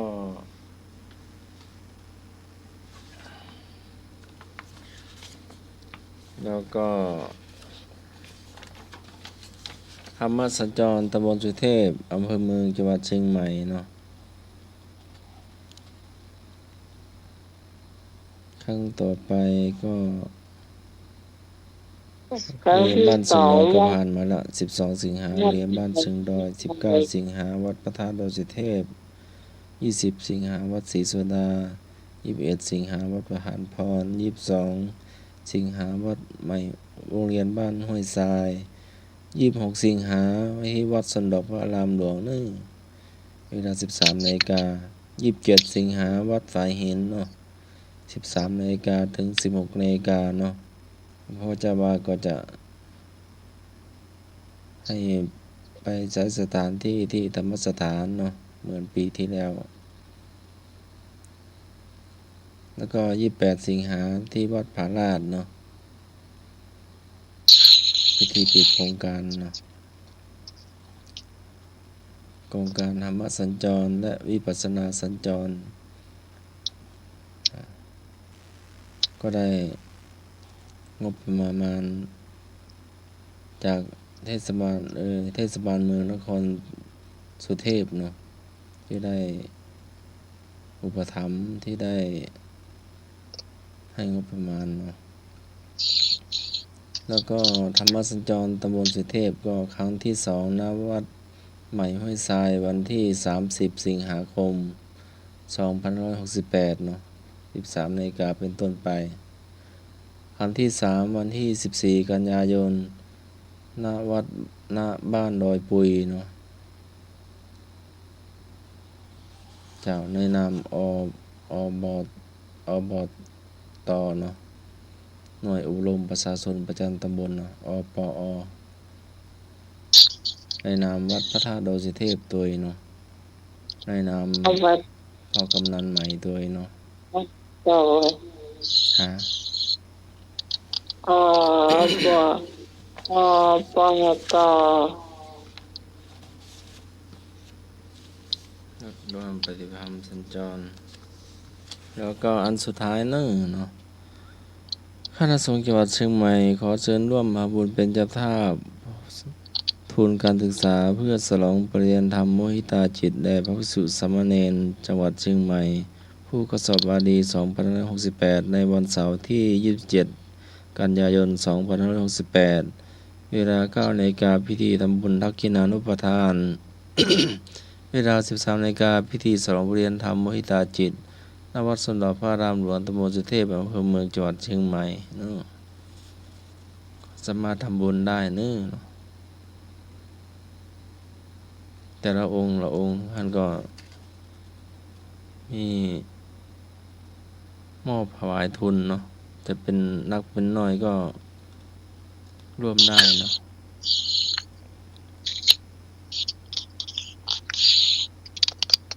นี่แหละ ที่วัดสมเด็จพระรามหลวงได้เลยเนาะที่นั่นจะสีถามคำถามบ้านเราเสียจะมันให้งบประมาณตามงบประมาณของพุทธศาสนาไป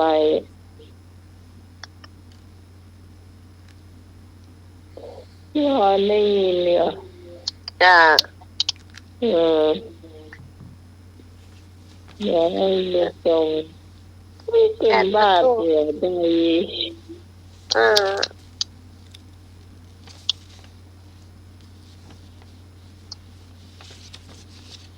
วันทุกข์เราทุกข์โอ้ยทุกตัวไม่เหนื่อยไปวันนี้เห็นวันเพื่อนวันภูมิแมลงกลับมาละไปเจียงไฮ้พวกเกินได้จ้าไม่ได้ไม่เล่นนี่แหละ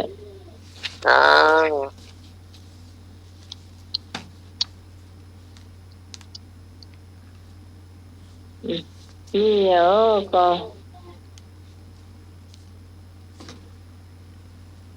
เสียจันทร์สมัครมีอย่างพ่องจ้าเสียสอนเราบันทึกที่จ้าน่ะเสียพวกนะเสียอาจารย์นะ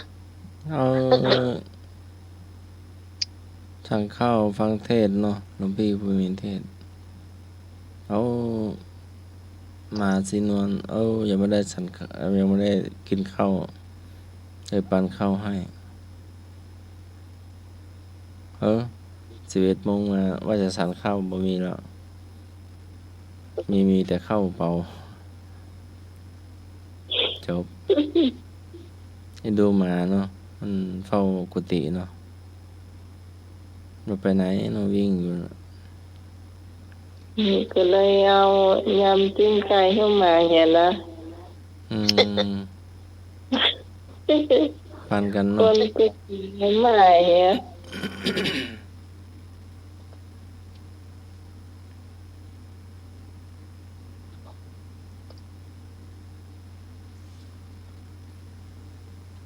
จบไป1 เรื่องเนาะส่วนสถานเดี๋ยววันที่27มีปฏิบัติธรรมสัญจรฝ่ายหินเนอที่ธรรมสถานเนอเจ้าวันที่30ฟังธรรมสัญจรวัดใหม่ห้วยทรายเนอก็มาเรื่อยๆเนาะงานบุญงานกุศลเนาะวันที่31ก็รถด่วนที่พุทธมณฑลเนาะรถหนุ่มกลุ่มหนุ่มสาวไปเมื่อวันเนี่ยเมื่อคืนนั่นเป็นดูคนเฒ่าที่ประชุมเนาะ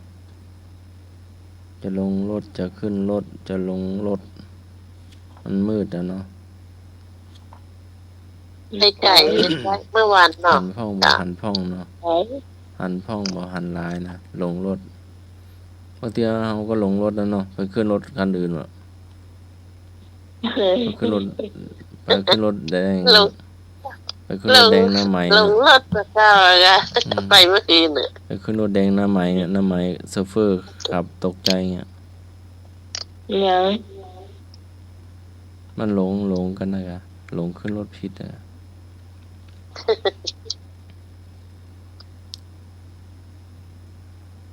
คันแดงเหมือนกันนะเนาะตาบอยมาแล้วตาบอยมาแล้ว ที่ไหนได้บ่ใจเนาะ รถจะสีแดงเข้มอ่ะเนาะ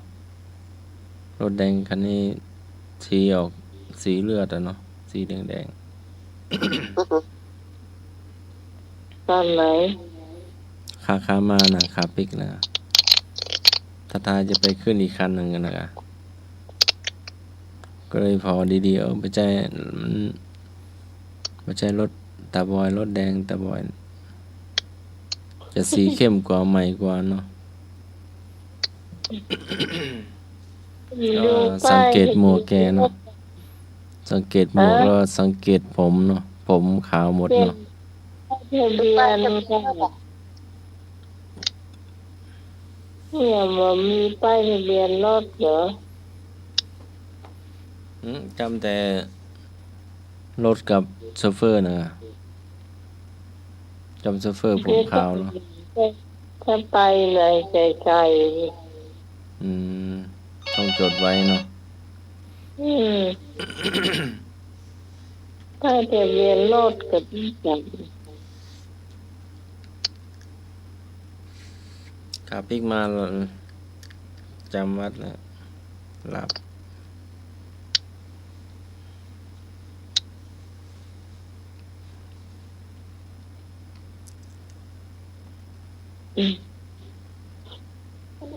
ดู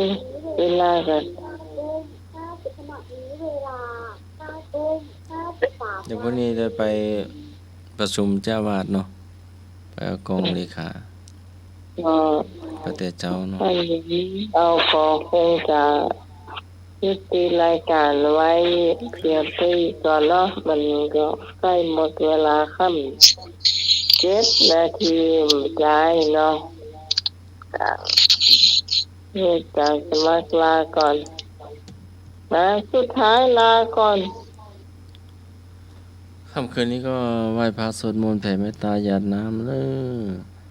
นัตถิเอตัสสมิงเปมังความรักอื่นเสมอด้วยตนไม่มีค่ำคืนนี้ก็กราบนมัสการและเจริญพร สาธุสาธุสาธุเจ้า สำหรับค่ำคืนนี้ต้องขอบคุณพระอาจารย์พระครูสมุยสวัสดิ์วรจิโจผู้อำนวยการสถานีผู้ควบคุมเสียงเลือกเพลงคุณผู้ฟังได้ฟังด้วยขอบคุณพระอาจารย์สมาญาณสีโลเจ้า ขอบคุณที่เหลือเจสีตัวได้เจ้าขอบคุณเนลักเนาะขอบคุณพี่พรเจ้าสำหรับที่สมัยสุริยดรจากบ้านดอนตันตำบลเมืองแก้วอำเภอแม่ริมจังหวัดเชียงใหม่เขาจะมาพบปะกันใหม่เจ้า3 ทุ่มถึงเที่ยงคืนวันพรุ่งนี้สำหรับวันนี้สวัสดีเจ้า จ้าสวัสดีเจ้า